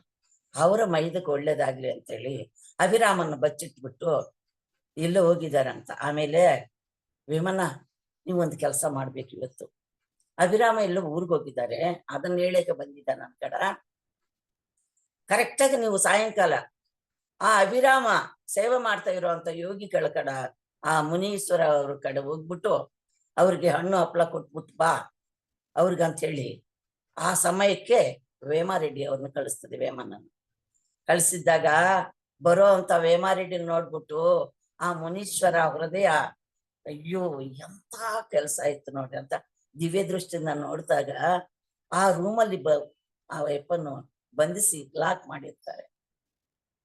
ವಿಧಿ ಎಂತ ಕೆಟ್ಟಿದ್ದು ನೋಡ್ರಿ, ಕೈಗೆ ಸಿಕ್ಕಿದ್ದು ಬಾಯಿಗೆ ಸಿಕ್ಕಿಲ್ಲ ಅನ್ನೋದು ಇದ್ದೇನೆ. ನಮ್ಮ ಆ ಹುಡುಗನಿಗೆ ಕೊಡೋಣ ಅಂತ ಅನ್ಕೊಂಡಿದ್ದು ವೇಮಾರೆಡ್ಡಿ ಬರ್ತಾ ಇದ್ದಾರೆ, ಆದ್ರೂ ಇದನ್ನ ವೇಸ್ಟ್ ಆಗೋದು ಬೇಡ, ನನ್ನಲ್ಲಿರೋ ಅಂತ ಇದನ್ನು ಬೇರೆಯವ್ರಿಗೂ ಕೊಟ್ಟು ನಾನು ಹೋಗ್ಬೇಕು ಅಂತ ಹೇಳಿ ಆ ವೇಮಾರೆಡ್ಡಿ ಅವರು ನಾಲ್ಕು ಮೇಲೆ ಬರೆದು ಬೀಜಾಕ್ಷರ ಬರೆದು ಒಂದು ಮಾತು ಹೇಳ್ತಾನೆ, ವೇಮಾರೆಡ್ಡಿ ಇದು ನಿನ್ಗೆ ಸಿಕ್ಬೇಕಾಗಿರೋದಲ್ಲ, ಇದು ಅಭಿರಾಮನಿಗೆ ಸಿಕ್ಬೇಕಾಗಿರೋದು. ನಿಮ್ಮ ಅತ್ತಿಗೆ ಅಮ್ಮ ತುಂಬಾ ಮೋಸ ಮಾಡಿ ಅಭಿರಾಮನ ರೂಮಲ್ಲಿ ಹಾಕ್ಬಿಟ್ಟು ಲಾಕ್ ಬೀಗ ಹಾಕ್ಬಿಟ್ಟು ರೂಮಲ್ಲಿ ಬಂಧಿಸಿದ್ದಾರೆ ನಿಮ್ಮ ಅತ್ತಿಗೆ ಅವರು.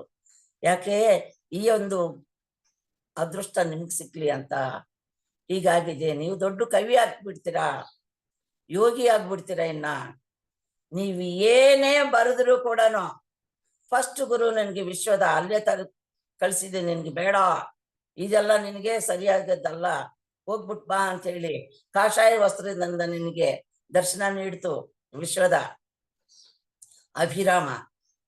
ನೀವು ಯಾವುದೇ ಕವಿತ್ವ ಬರೆದ್ರು ಕೂಡ ಅಭಿರಾಮ, ವಿಶ್ವದ ಅಭಿರಾಮ ಅವರಿಬ್ಬರು ನಿಮಗೂ ಹೇಳಿದ ರೀತಿನೇ ನೀವು ಪದ್ಯ ಬರೀಬೇಕು. ಅದಕ್ಕೋಸ್ಕರ ನೀವು ಅವ್ರದಕ್ಕೆ ಅಂಕಿತ ವಿನಃ ನಿಂದಲ್ಲ. ಅದು ಅವರು ನಿಮ್ಗೆ ಹೇಳಿದ್ದಂಗೆ ಬರೀಬೇಕಂತ. ಅದಕ್ಕೋಸ್ಕರನೇ ವಿಶ್ವದಾಭಿರಾಮ ಕೇಳುವೇಮ ಅಂತ, ವಿನುರವೇಮ ನೀವು ಕೇಳಪ್ಪ ಅಂತೇಳಿ ಅವ್ರು ಹೇಳಿದ್ದಂಗೆ ಬರೆದಿರೋದು ಇವ್ರನ್ನೇ. ಆದ್ರೆ ಬಂದಿರೋದು ವಿಶ್ವದ ಪ್ಲಸ್ ಅಭಿರಾಮ, ವಿಶ್ವದಾಭಿರಾಮ ವಿನುರವೇಮ ತೆಲುಗು, ವಿಶ್ವದಾಭಿರಾಮ ಕೇಳುವೇಮ ಅಂತ ಹೇಳಿ ಬಂದಿರೋದು. ಅದಕ್ಕೆ ವಿಶ್ವದಾಭಿರಾಮ ಕೇಳುವೇಮ ಅಂತ ಬಂದಿರೋದು ಕಾರಣ. ಇದು ಫುಲ್ ಹಿಸ್ಟ್ರಿ ವೇಮನ ಅವ್ರದ್ದು. ಈಗ ವೇಮನ ಅವ್ರ ಹಿಸ್ಟ್ರಿ ಪೂರ್ತಿ ಆಯ್ತು. ಈಗ ನನ್ನ ಪರವಾಗಿ ನಾನು ಪರಿಚಯ ಮಾಡ್ಕೊತೀನಿ. ಯಾಕಂದ್ರೆ ನಿಮ್ಗೆ ಯಾರಿಗೂ ಸ್ಟಾರ್ಟಿಂಗ್ ಅಲ್ಲಿ ನನ್ನ ವೆಲ್ಕಮ್ ಮಾಡ್ಕೊತಾ ಇರೋಂತ ಸರ್ ನನ್ನ ಬಗ್ಗೆ ಹೇಳಿಲ್ಲ ನಿಮಗೆ. ನನ್ನ ಹೆಸರು ಡಾಕ್ಟರ್ ಚಿರುಕೂರು ವೆಂಕಟಲಕ್ಷ್ಮಿ. ನಾನು ಧ್ಯಾನಕ್ಕೆ ಸೇರಿ 2019 ಮಾರ್ಚ್ 31ನೇ ತಾರೀಕು ಇಲ್ಲಿ ಒಂದು ಮಾಸ್ಟ್ರು ಪ್ರಭಾಕರನ್ ಅವರ ಮುಖಾಂತರ ನನಗೆ ಧ್ಯಾನ ಸಿಕ್ಕಿದೆ. ಈ ಧ್ಯಾನ ಜಗತ್ತಲ್ಲಿ ನಾನು ಪುನರ್ಜನ್ಮ ಪಟ್ಟಿರುವಂತ ದಿನಾಂಕ 2019 ಮಾರ್ಚ್ 31ನೇ ತಾರೀಕು. ಆ ದಿನದಿಂದ ಇಲ್ಲಿವರೆಗೂ ಪತ್ರಿಜಿ ಅವರ ಪ್ರಬೋಧಗಳು ಮತ್ತೆ ಪತ್ರಿಜಿ ಅವರು ಹೇಳಿರೋ ರೀತಿ ಮಕ್ಕಳಿಗೆ ಧ್ಯಾನ ಹೇಳ್ಕೊಡೋದು, ಶಾಲೆ ಮಕ್ಕಳಿಗೆ ಒಂದೊಂದು ಶಾಲೆಗೆ ಹೋಗ್ಬಿಟ್ಟು ಎಲ್ಲ ಹೇಳಿ ಮಾಡ್ತಾ ಇದ್ದೀನಿ. ಜೂಮ್ ಇದರಿಂದ ಪ್ರಪ್ರಥಮವಾಗಿ ಜೂಮ್ ಮುಖಾಂತರ ನನ್ನನ್ನು ಪ್ರಪಂಚಕ್ಕೆ ತೋರಿಸಿರೋ ಅಂತ ಮಹಾನುಭಾವರು ಪ್ರೊದ್ದುಟೂರ್ ವಾಸ್ತವ್ಯರು ಆಗಿರುವಂತ ಸೋಮಸುಂದರ ರೆಡ್ಡಿ ಅವರು, ಶ್ರಾವಣಿ ಸ್ಪಿರಿಚುವಲ್ ಜೂಮ್ನವರು ನನ್ನನ್ನು ಪ್ರಪ್ರಥಮವಾಗಿ ನನ್ನ ಹೊರಗೆ ತಂದಿರೋರು ಈ ಜೂಮ್ ಇಂದ. ಆದ್ರೆ ಈ ಜೂಮ್ ಬರೋಕೆ ಕಾರಣ ಆ ಕರೋನಾ ಮಾತಕ್ಕೆ ಒಂದ್ಸಲ ನಮಸ್ಕಾರ ಮಾಡ್ತಿದ್ವಿ. ಕರೋನಾ ಬಂದಿರೋದ್ರಿಂದ ಜೂಮ್ ಮುಖಾಂತರ ಅದ್ಭುತವಾದಂತ ಕ್ಲಾಸ್ಗಳು, ಅದ್ಭುತವಾದಂತ ಜ್ಞಾನ ಪ್ರಪಂಚವೆಲ್ಲನೂ ನಮಗೆ ವಿಪರೀತವಾಗಿ ಅಭಿವೃದ್ಧಿ ಆಗಿದೆ. ಎಲ್ಲಾ ಕಡೆನೂ ಧ್ಯಾನಿಗಳು, ಎಲ್ಲಾ ಕಡೆಗೂ ದೊಡ್ಡ ದೊಡ್ಡ ಮಾಸ್ಟರ್ಸ್ ಆಗಿದ್ವಿ. ಅದರಿಂದ ಇದು ನನಗೆ ಸಣ್ಣ ಹುಡುಗಿಯಿಂದನೇ 6 ವರ್ಷದ ವಯಸ್ಸಿಂದನೇ ನನಗೆ ಈ ಆಧ್ಯಾತ್ಮಿಕ ಚಿಂತನೆ ಇದೆ. ಯಾಕಂದ್ರೆ ನಮ್ಮ ತಂದೆಯವರು ದೊಡ್ಡ ಸಂಗೀತ ವಿದ್ವಾಂಸರು, ಚಿರುಕೂರಿ ಸುಬ್ಬದಾಸ್ಗರಂತ ಅಂದ್ರೆ ಅವ್ರ ಸುಬ್ರಾಯುಡು. ಈ ಹರಿಕಥ ಎಲ್ಲ ಕಲಿಸ್ತಾ ಇದ್ರು ಬೇರೆಯವ್ರಿಗೆಲ್ಲಾರ್ಗು. ಆದ್ರೆ ಅದಲ್ದನೆ ಬ್ರಾಹ್ಮಣರೆಲ್ಲಾರು ಕೆಲವರು ದಾಸ್ ಅಂತ ಮಾಡ್ತಿದ್ರಲ್ಲ, ಇವ್ರ ಫ್ರೆಂಡ್ಸ್ ಬ್ರಾಹ್ಮಣರು ಜಾಸ್ತಿ ಇರೋದ್ರಿಂದ ನಮ್ಮ ಅಪ್ಪಾಜಿಗೆ ಸುಬ್ಬರಾಯುಡು ಅನ್ನೋದು ಹೋಗ್ಬಿಟ್ಟು ಸುಬ್ಬದಾಸ್ ಅಂತ ಬಂದ್ಬಿಟ್ಟಿದೆ. ದೊಡ್ಡ ಸಂಗೀತ ವಿದ್ವಾಂಸರು. ಇಲ್ಲಿ ಎಲ್ಲಾ ಕಡೆನೂ ಈ ಆಂಧ್ರದಲ್ಲಿ ಸುಮಾರು ಜನ ಅವ್ರ ಶಿಷ್ಯರಿದ್ದಾರೆ. ಅವ್ರ ಶಿಷ್ಯರು ಇರೋದ್ರಿಂದನೇ ನಾವು ಕರ್ನಾಟಕದಲ್ಲಿ ಇದ್ದವಳು ನಾನು. ನಮ್ಮ ಅಪ್ಪಾಜಿ ನಮ್ಮ ಸಣ್ಣ ವಯಸ್ಸಿನಲ್ಲಿ ನಾವು ತೀರೋದ್ರಿಂದ ನಾನು ಬೆಂಗಳೂರಲ್ಲಿ ಕನ್ನಡ ತಾಯಿ ಮಡ್ಲಲ್ಲಿ ನಾನು ಬೆಳೆದಿದ್ದೀನಿ. ಆ ತಾಯಿ ಮಡ್ಲಲ್ಲೇ ಇದ್ದು ಆ ತಾಯಿ ಒಂದು ಕೃಪೆಯಿಂದನೇ ನಾನು ಒಂದು ಸರ್ಕಾರ ನೌಕರಿಯಾಗಿ 35 ವರ್ಷಗಳು as a health visitors training ಇನ್ಸ್ಟಿಟ್ಯೂಟ್ಗೆ ವಾಣಿ ವಿಲಾಸಲ್ಲಿ ಹಾಸ್ಟೆಲ್ ಸೂಪರ್ವೈಸರ್ ಆಗಿ ಡ್ಯೂಟಿ ಮಾಡಿದ್ದೀನಿ. ಹಾಗೆ ನಮ್ಮ ಅಪ್ಪಾಜಿ ಅವ್ರಿಗೆ ನನ್ನನ್ನು ಡಾಕ್ಟರ್ ಮಾಡ್ಬೇಕಂತ ಆಸೆ ಇತ್ತು. ಆದ್ರೆ ನಾನು ಅಲ್ಲಿ ಡ್ಯೂಟಿ ಮಾಡ್ಕೊತಾನೆ, ಯಾಕಂದ್ರೆ ನರ್ಸಿಂಗ್ ಮಾಡಿರೋದ್ರಿಂದ ಡ್ಯೂಟಿ ಮಾಡ್ಕೊತಾನೆ ಪ್ರೈವೇಟಲ್ಲಿ ನಾನು PMP ಡಾಕ್ಟರ್ ಕೋರ್ಸ್ ಮಾಡಿದ್ದೀನಿ, LNP ಡಾಕ್ಟರ್ ಕೋರ್ಸ್ ಮಾಡ್ಕೊಂಡಿದ್ದೀನಿ, ಹೋಮಿಯೋಪತಿಕ್ ಮಾಡಿದ್ದೀನಿ. ಆಮೇಲೆ ಕರ್ನಾಟಕ ಸಂಗೀತ ಮ್ಯಾಂಡ್ಲಿನ್ ಶ್ರೀನಿವಾಸ್ ಸರ್ ಹತ್ರ ಮ್ಯಾಂಡ್ಲಿನ್ ಕಲ್ತ್ಕೊಂಡಿದ್ದೀನಿ. ಅಪ್ಪಾಜಿ ಕಡೆನ ಅಪ್ಪಾಜಿ ಸ್ಟೂಡೆಂಟ್ಸ್ ಕೇಳ್ತಾ ಇದ್ರೇನೆ ಅವ್ರಿಗೆ 10 ಸಲ ಹೇಳೋಷ್ಟೊತ್ತಿಗೆ ನಂಗೆ ಬರೋದು. ಆ ರೀತಿ ಅಪ್ಪಾಜಿ ಕಡೆ ನಾನು ಫೌಂಡೇಶನ್ ಫುಲ್ಲು ಕಲ್ತ್ಕೊಂಡಿದ್ದೆ. ಎಕ್ಸಾಮ್ ಕಟ್ಟಿದ್ದಾಗ ಮತ್ತೆ ನ್ಯೂ ತರಗಪೇಟ ಇದರಲ್ಲಿ ನಾಗರತ್ನಮ್ಮ ಮಿಸ್ ಕಡೆ ಉಳಿದಿದ್ದೆಲ್ಲ ಅವ್ರ ಕಡೆ ಕಲ್ತ್ಕೊಂಡು ನಾನು ಎಕ್ಸಾಮ್ ಕಟ್ಟಿ ಪಾಸ್ ಆಗಿರ್ತೀನಿ. ವೈಲಿನನ್ನು ವಾಸುಕಿ ಪರಿಮಳ ಅಂತ ಅವ್ರ ಕಡೆ ವೈಲಿನ್ ಕಲ್ತ್ಕೊಂಡಿದ್ದೀನಿ. ಪ್ರಪ್ರಥಮವಾಗಿ ಶೇಷಾದ್ರಿ ಗವಾಯಿ ಅವ್ರ ಕಡೆ ನಾನು ಸಿತಾರ ಕಲ್ತ್ಕೊಂಡಿದ್ದೀನಿ. ಒಂದು ಫಸ್ಟ್ ಎಕ್ಸಾಮ್ ಪಾಸ್ ಆಯ್ತು. ನೆಕ್ಸ್ಟ್ ಅವರ ಶಿಷ್ಯರಾಗಿರುವಂತ ಗೋಪಿನಾಥ್ ಸರ್ ಹತ್ರ ಕಂಟಿನ್ಯೂ ಮಾಡಿದೆ. ಆಕ್ಸಿಡೆಂಟ್ ಆಗಿರೋದ್ರಿಂದ ನನಗೆ ಕೈ ಮುರಿದೋಗಿ ಇನ್ನೂ ರಾಡ್ ಇದೆ, ಈ ಸ್ಟರ್ನಮ್ ಇಲ್ಲ, ಈ ರಿಪ್ಸ್ ಎಲ್ಲ ಕಟ್ಟಾಗಿ ತುಂಬಾನೇ ಇದಾಗಿ ಈ ತಂತಿ ವಾಯಿತಿಗಳು ನುಡ್ಸಕ್ ಆಗಿರ್ಲಿಲ್ಲ. ವಾಯ್ಸ್ ಕೂಡ ಯಾಕಂದ್ರೆ ಈ ಸ್ಟರ್ನಮ್ ಫ್ರಾಕ್ಚರ್ ಆಗಿರೋದ್ರಿಂದ ಈ ಲಂಗ್ಸ್ಗೆ ಬ್ಲಡ್ ಹೋಗ್ಬಿಟ್ಟು ವಾಯ್ಸ್ ಹೊಟ್ಟೋಗ್ಬಿಟ್ಟಿದೆ, ಮಾತೇ ಇರ್ಲಿಲ್ಲ, ಆಯಾಸ ಭಯಂಕರವಾಗಿರ್ತಾ ಇತ್ತು. ಧ್ಯಾನಕ್ಕೆ ಸೇರಿದ ಮೇಲೆ ಪತ್ರಿಜಿ ಅವರು ನನ್ನ ಭಾಗ್ಯ ಅನ್ಕೋಬೇಕು ನಾನು. ಪಾಮೂರಿಗೆ 2019 ಅಕ್ಟೋಬರ್ 6ನೇ ತಾರೀಕು ಪಾಮೂರಿಗೆ ಬಂದಿದ್ರು. ಆವಾಗ ಪಾಮೂರು ವಾಣಿ ಮೇಡಮ್ ನನ್ನ ಸ್ಟೂಡೆಂಟು, ಸಂಗೀತ ಕಲಿಯಕ್ಕೆ ಬಂದಿದ್ರು. ಅವ್ರ ಮುಖಾಂತರ ನಮ್ಮ ಮೇಡಮ್ ಗುರುಜಿ ಚೆನ್ನಾಗಿ ಆಡ್ತಾರ ಅಂದಾಗ ಹಾಡು ಅಂದ್ರು. ಅಪ್ಪಾಜಿ ನನ್ನ ವಾಯ್ಸ್ ಚೆನ್ನಾಗಿಲ್ಲ, ನಾನು ಗಮಕಗಳೆಲ್ಲ ಹಾಡಕ್ಕಾಗಲ್ಲ, ಒಂದು ಹೂ ಅಂದ್ರೆ 2 ಬೆಕ್ಕುಗಳು ಕೂಗಿದ್ದಂಗೆ ಸೌಂಡ್ ಬರ್ತಾ ಇದೆ ನನ್ನ ವಾಯ್ಸಲ್ಲಿ, ನಾನು ಹಾಡಕ್ಕಾಗಲ್ಲ ಗುರುಜಿ ಅಂತಂದೆ. ನಿನ್ನ ಗಂಟ್ಲು ಯಾರಿಗ್ ಬೇಕೋ, ನಿನ್ ಸಂಗೀತ ಬೇಕು, ಹಾಡು ಪುರಂದರದಾಸ ಸ್ಟಾರ್ಟ್ ಮಾಡು ಅಂತಂದ್ರು. ಅವಾಗ ಪುರಂದರದಾಸರ ಕೀರ್ತನೆಯಿಂದ ಅವರು ನಿದ್ರೆ ಮಾಡೋವರೆಗೂ ಹಾಡು ಅಂತ ಭಾಗ್ಯ ನನಗೆ ಸಿಕ್ಕಿದೆ. ಅದರ ಫಲಿತ ಇವಾಗ ಇಷ್ಟು ಮಾತ್ರ ಬರ್ತಾ ಇದೆ ವಾಯ್ಸು. ಕಚೇರಿಗೆಲ್ಲ ಹೋಗ್ತಾ ಇದ್ದಿದ್ದವಳು, ವಾಯ್ಸ್ ಕಂಪ್ಲೀಟ್ ಹೊಟ್ಟೋಗಿತ್ತು. My dear friends, my dear gods, ಯಾರಾದ್ರೂ ಹೊಸೊಬ್ರು ಇದ್ದಿದ್ರೆ, ಧ್ಯಾನದಿಂದ ನನಗೆ ಎಷ್ಟು ಲಾಭ ಸಿಕ್ತು ನೋಡ್ರಿ. ಗಂಟ್ಲಲ್ಲಿ ಒಂದು ಗಡ್ಡತರ ಇತ್ತು, ಬೇರೆಯವ್ರು ಹೇಳಿದ್ರೆ ನಂಬೋಳಲ್ಲ ನಾನು, ಯಾಕಂದ್ರೆ ಮೆಡಿಕಲ್ ಪರ್ಸನ್ ನಾನು. ಮತ್ತೆ ನಾನು ಈ ಧ್ಯಾನದಿಂದಾನೇ ಹಾಸ್ಟೆಲ್ ಸರ್ಜರಿ ಆಗಿದೆ ನನಗೆ. ಆ ಸರ್ಜರಿ ಆಯ್ತು. ಈ ತರ ತುಂಬಾ ಅನುಭವಗಳಿದ್ದರಿಂದ ನನ್ನ ಆರೋಗ್ಯ ಸರಿ ಹೋಯ್ತು. ಈ ಸ್ವಲ್ಪ ಹಾಡೋಂಗಾಯ್ತು. ಸಂಗೀತನೂ ಕ್ಲಾಸ್ ತಗೋತಾ ಇದ್ದೀನಿ. ಕ್ಲಿನಿಕ್ ಇಟ್ಕೊಳ್ಳೋಣ ಅಂತಂದ್ರೆ ನೋ ಮೆಡಿಸಿನ್ ನೋ ಡಾಕ್ಟರ್ ಅಂದ್ರಲ್ಲ, ಅದರಿಂದ ನಾನು ಕ್ಲಿನಿಕ್ ಇಟ್ಟಿಲ್ಲ, ಮನೆಯಲ್ಲಿ ಮಾತ್ರ ತುಂಬಾ ಗಲಾಟೆ. ಕ್ಲಿನಿಕ್ ಇಟ್ಕೊಳ್ದೇನೆ ಸುಮ್ಮನೆ ಸಮಯ ಎಲ್ಲ ವೇಸ್ಟ್ ಮಾಡ್ತಾ ಇದ್ದೀರಾ ಹಂಗಿಂಗಂತ ಯಾಕೋ ಇಂಟ್ರೆಸ್ಟ್ ಇಲ್ಲದೆ ನಾನು ಇದು ಮಾಡಿಲ್ಲ. ಮೈ dear friends, my dear gods, my dear masters, ಈ ತರ ನಾನು ಸಣ್ಣ ಹುಡುಗಿ ಅವಾಗಲೇ ನಮ್ಮ ತಂದೆ ಸ್ಪಿರಿಚುವಲ್ ಪರ್ಸನ್ ಆಗಿರೋದ್ರಿಂದ ಮನೆಗೇನೆ ಸತ್ಸಂಗಗಳು ನಡೀತಾ ಇರೋದು. ಆವಾಗ ಮೆಡಿಟೇಷನು, ಧ್ಯಾನ ಅನ್ನೋದು ಗೊತ್ತಿಲ್ಲ, ಮೆಡಿಟೇಷನು ಅವ್ರು ಮಾಡ್ತಾ ಇರೋದನ್ನು ನಾನು ನೋಡಿ 6 ವರ್ಷದಲ್ಲಿ ನಾನು ಧ್ಯಾನಕ್ಕೆ ಕೂತ್ಕೊಂಡಿದ್ದಾಗ ನನಗೆ ದೊಡ್ಡ ಹುತ್ತೆ ಒಳಗಿಂದ ಹಾವು ತಲೆ ಒಳಗೆ ಮಣಿ ಕಾಣಿಸ್ತು. ಹಗಲಲ್ಲಿ ಬೆಳಗಿನ ಜಾವು. ಆ ಸಣ್ಣ ಹುಡುಗಿಯಿಂದನೇ ನನ್ಗೆ ಅದು ದೃಶ್ಯ ಸಿಕ್ಕಿರೋದ್ರಿಂದ ನನಗೆ ಭಯ ಪಟ್ಕೊಂಡಿದ್ದೆ. ಆ ತಕ್ಷಣ ನಮ್ಮ ತಂದೆಯವರು ನನ್ನ ಹಿಂದೆನೇ ಇದ್ದು, ಭಯ ಪಡಬೇಡ, ಅದು ಪೂರ್ತಿ ಕಾಣದೆ ಇರಬೇಕು, ಆವಾಗ ಕಣ್ಣು ಬಿಡಿ ನೀವು ಅಂತಂದ್ರು. ಆ ಥರ ಆಗಿ ಅಷ್ಟು ನನ್ಗೆ 6 ವರ್ಷದ ವಯಸ್ಸಿಂದ ಕೂಡ ಹಾಸ್ಟೆಲ್ ಟ್ರಾವೆಲ್ಸ್ ಮಾಡೋದು ಯಾವುದು ಎಲ್ಲ ನನಗೆ ಚೆನ್ನಾಗಿ ಇದಾಗಿರೋದ್ರಿಂದ ಆಧ್ಯಾತ್ಮಿಕವಾಗಿ ನನಗೆ ಬಾಲ್ಯದಿಂದನೂ ಸಂಗೀತ ಆಧ್ಯಾತ್ಮಿಕ ನನಗೆ ಟಚ್ ಅಪ್ ಇದೆ. ಇತ್ತೀಚೆಗೆ ಈ ಧ್ಯಾನ ಜಗತ್ತಿಗೆ ಸೇರಿದ ಮೇಲೆ ನಾನು ಧ್ಯಾನ ಇದು ಮಾಡಿ ಸೋಮನಿ ಇದು ಕನ್ನಡ, ತೆಲುಗು ಎಲ್ಲಾ ಭಾಷೆಯಲ್ಲೂ, ತಮಿಳು ಕೂಡ ಈ ಕ್ಲಾಸ್ ತಗೊಂಡಷ್ಟು ಭಾಗ್ಯ ನನಗೆ ಸಿಕ್ಕಿದೆ. ಮೈ dear friends, my dear God's, time ಎಷ್ಟಿದೆ ಸರ್? ಟೈಮ್ ಇದೆಯಾ ಮೇಡಮ್? ಟೈಮ್ ಆಯ್ತು, 7 ಗಂಟೆ ಆಯ್ತು. ಟೈಮ್ ಆಯ್ತು ಮೇಡಮ್, 7 ಗಂಟೆ ಆಯ್ತು. 7 o'clock 7 ಗಂಟೆ ಆಯ್ತಾ? ಸರಿ. ಒಂದು ವೇಮನ ಯೋಗಿದೆ ಒಂದು ಪರಿಚಯ ಮಾಡಿಕೊಂಡು ಪೋಯಮ್ಸು ನಮ್ಮ ಪತ್ರಿಜಿ ಗುರುಜಿ ಅವರು ವೇಮನ ಅವ್ರದ್ದು ಧ್ಯಾನ ವೇಮನ ಅಂತ ಒಂದು ಇದು ಮಾಡಿದ್ದಾರೆ. ಈಗ ಸ್ಟಾರ್ಟ್ ಮಾಡೋಣ, ನಾಳೆ ಪೋಯಮ್ಸ್ ಎಲ್ಲ ಇದು ಮಾಡ್ತೀನಿ. ಊರು ಕೊಂಡವೀಡು ಉನಿಕಿ ಪಶ್ಚಿಮ ಬೀದಿ,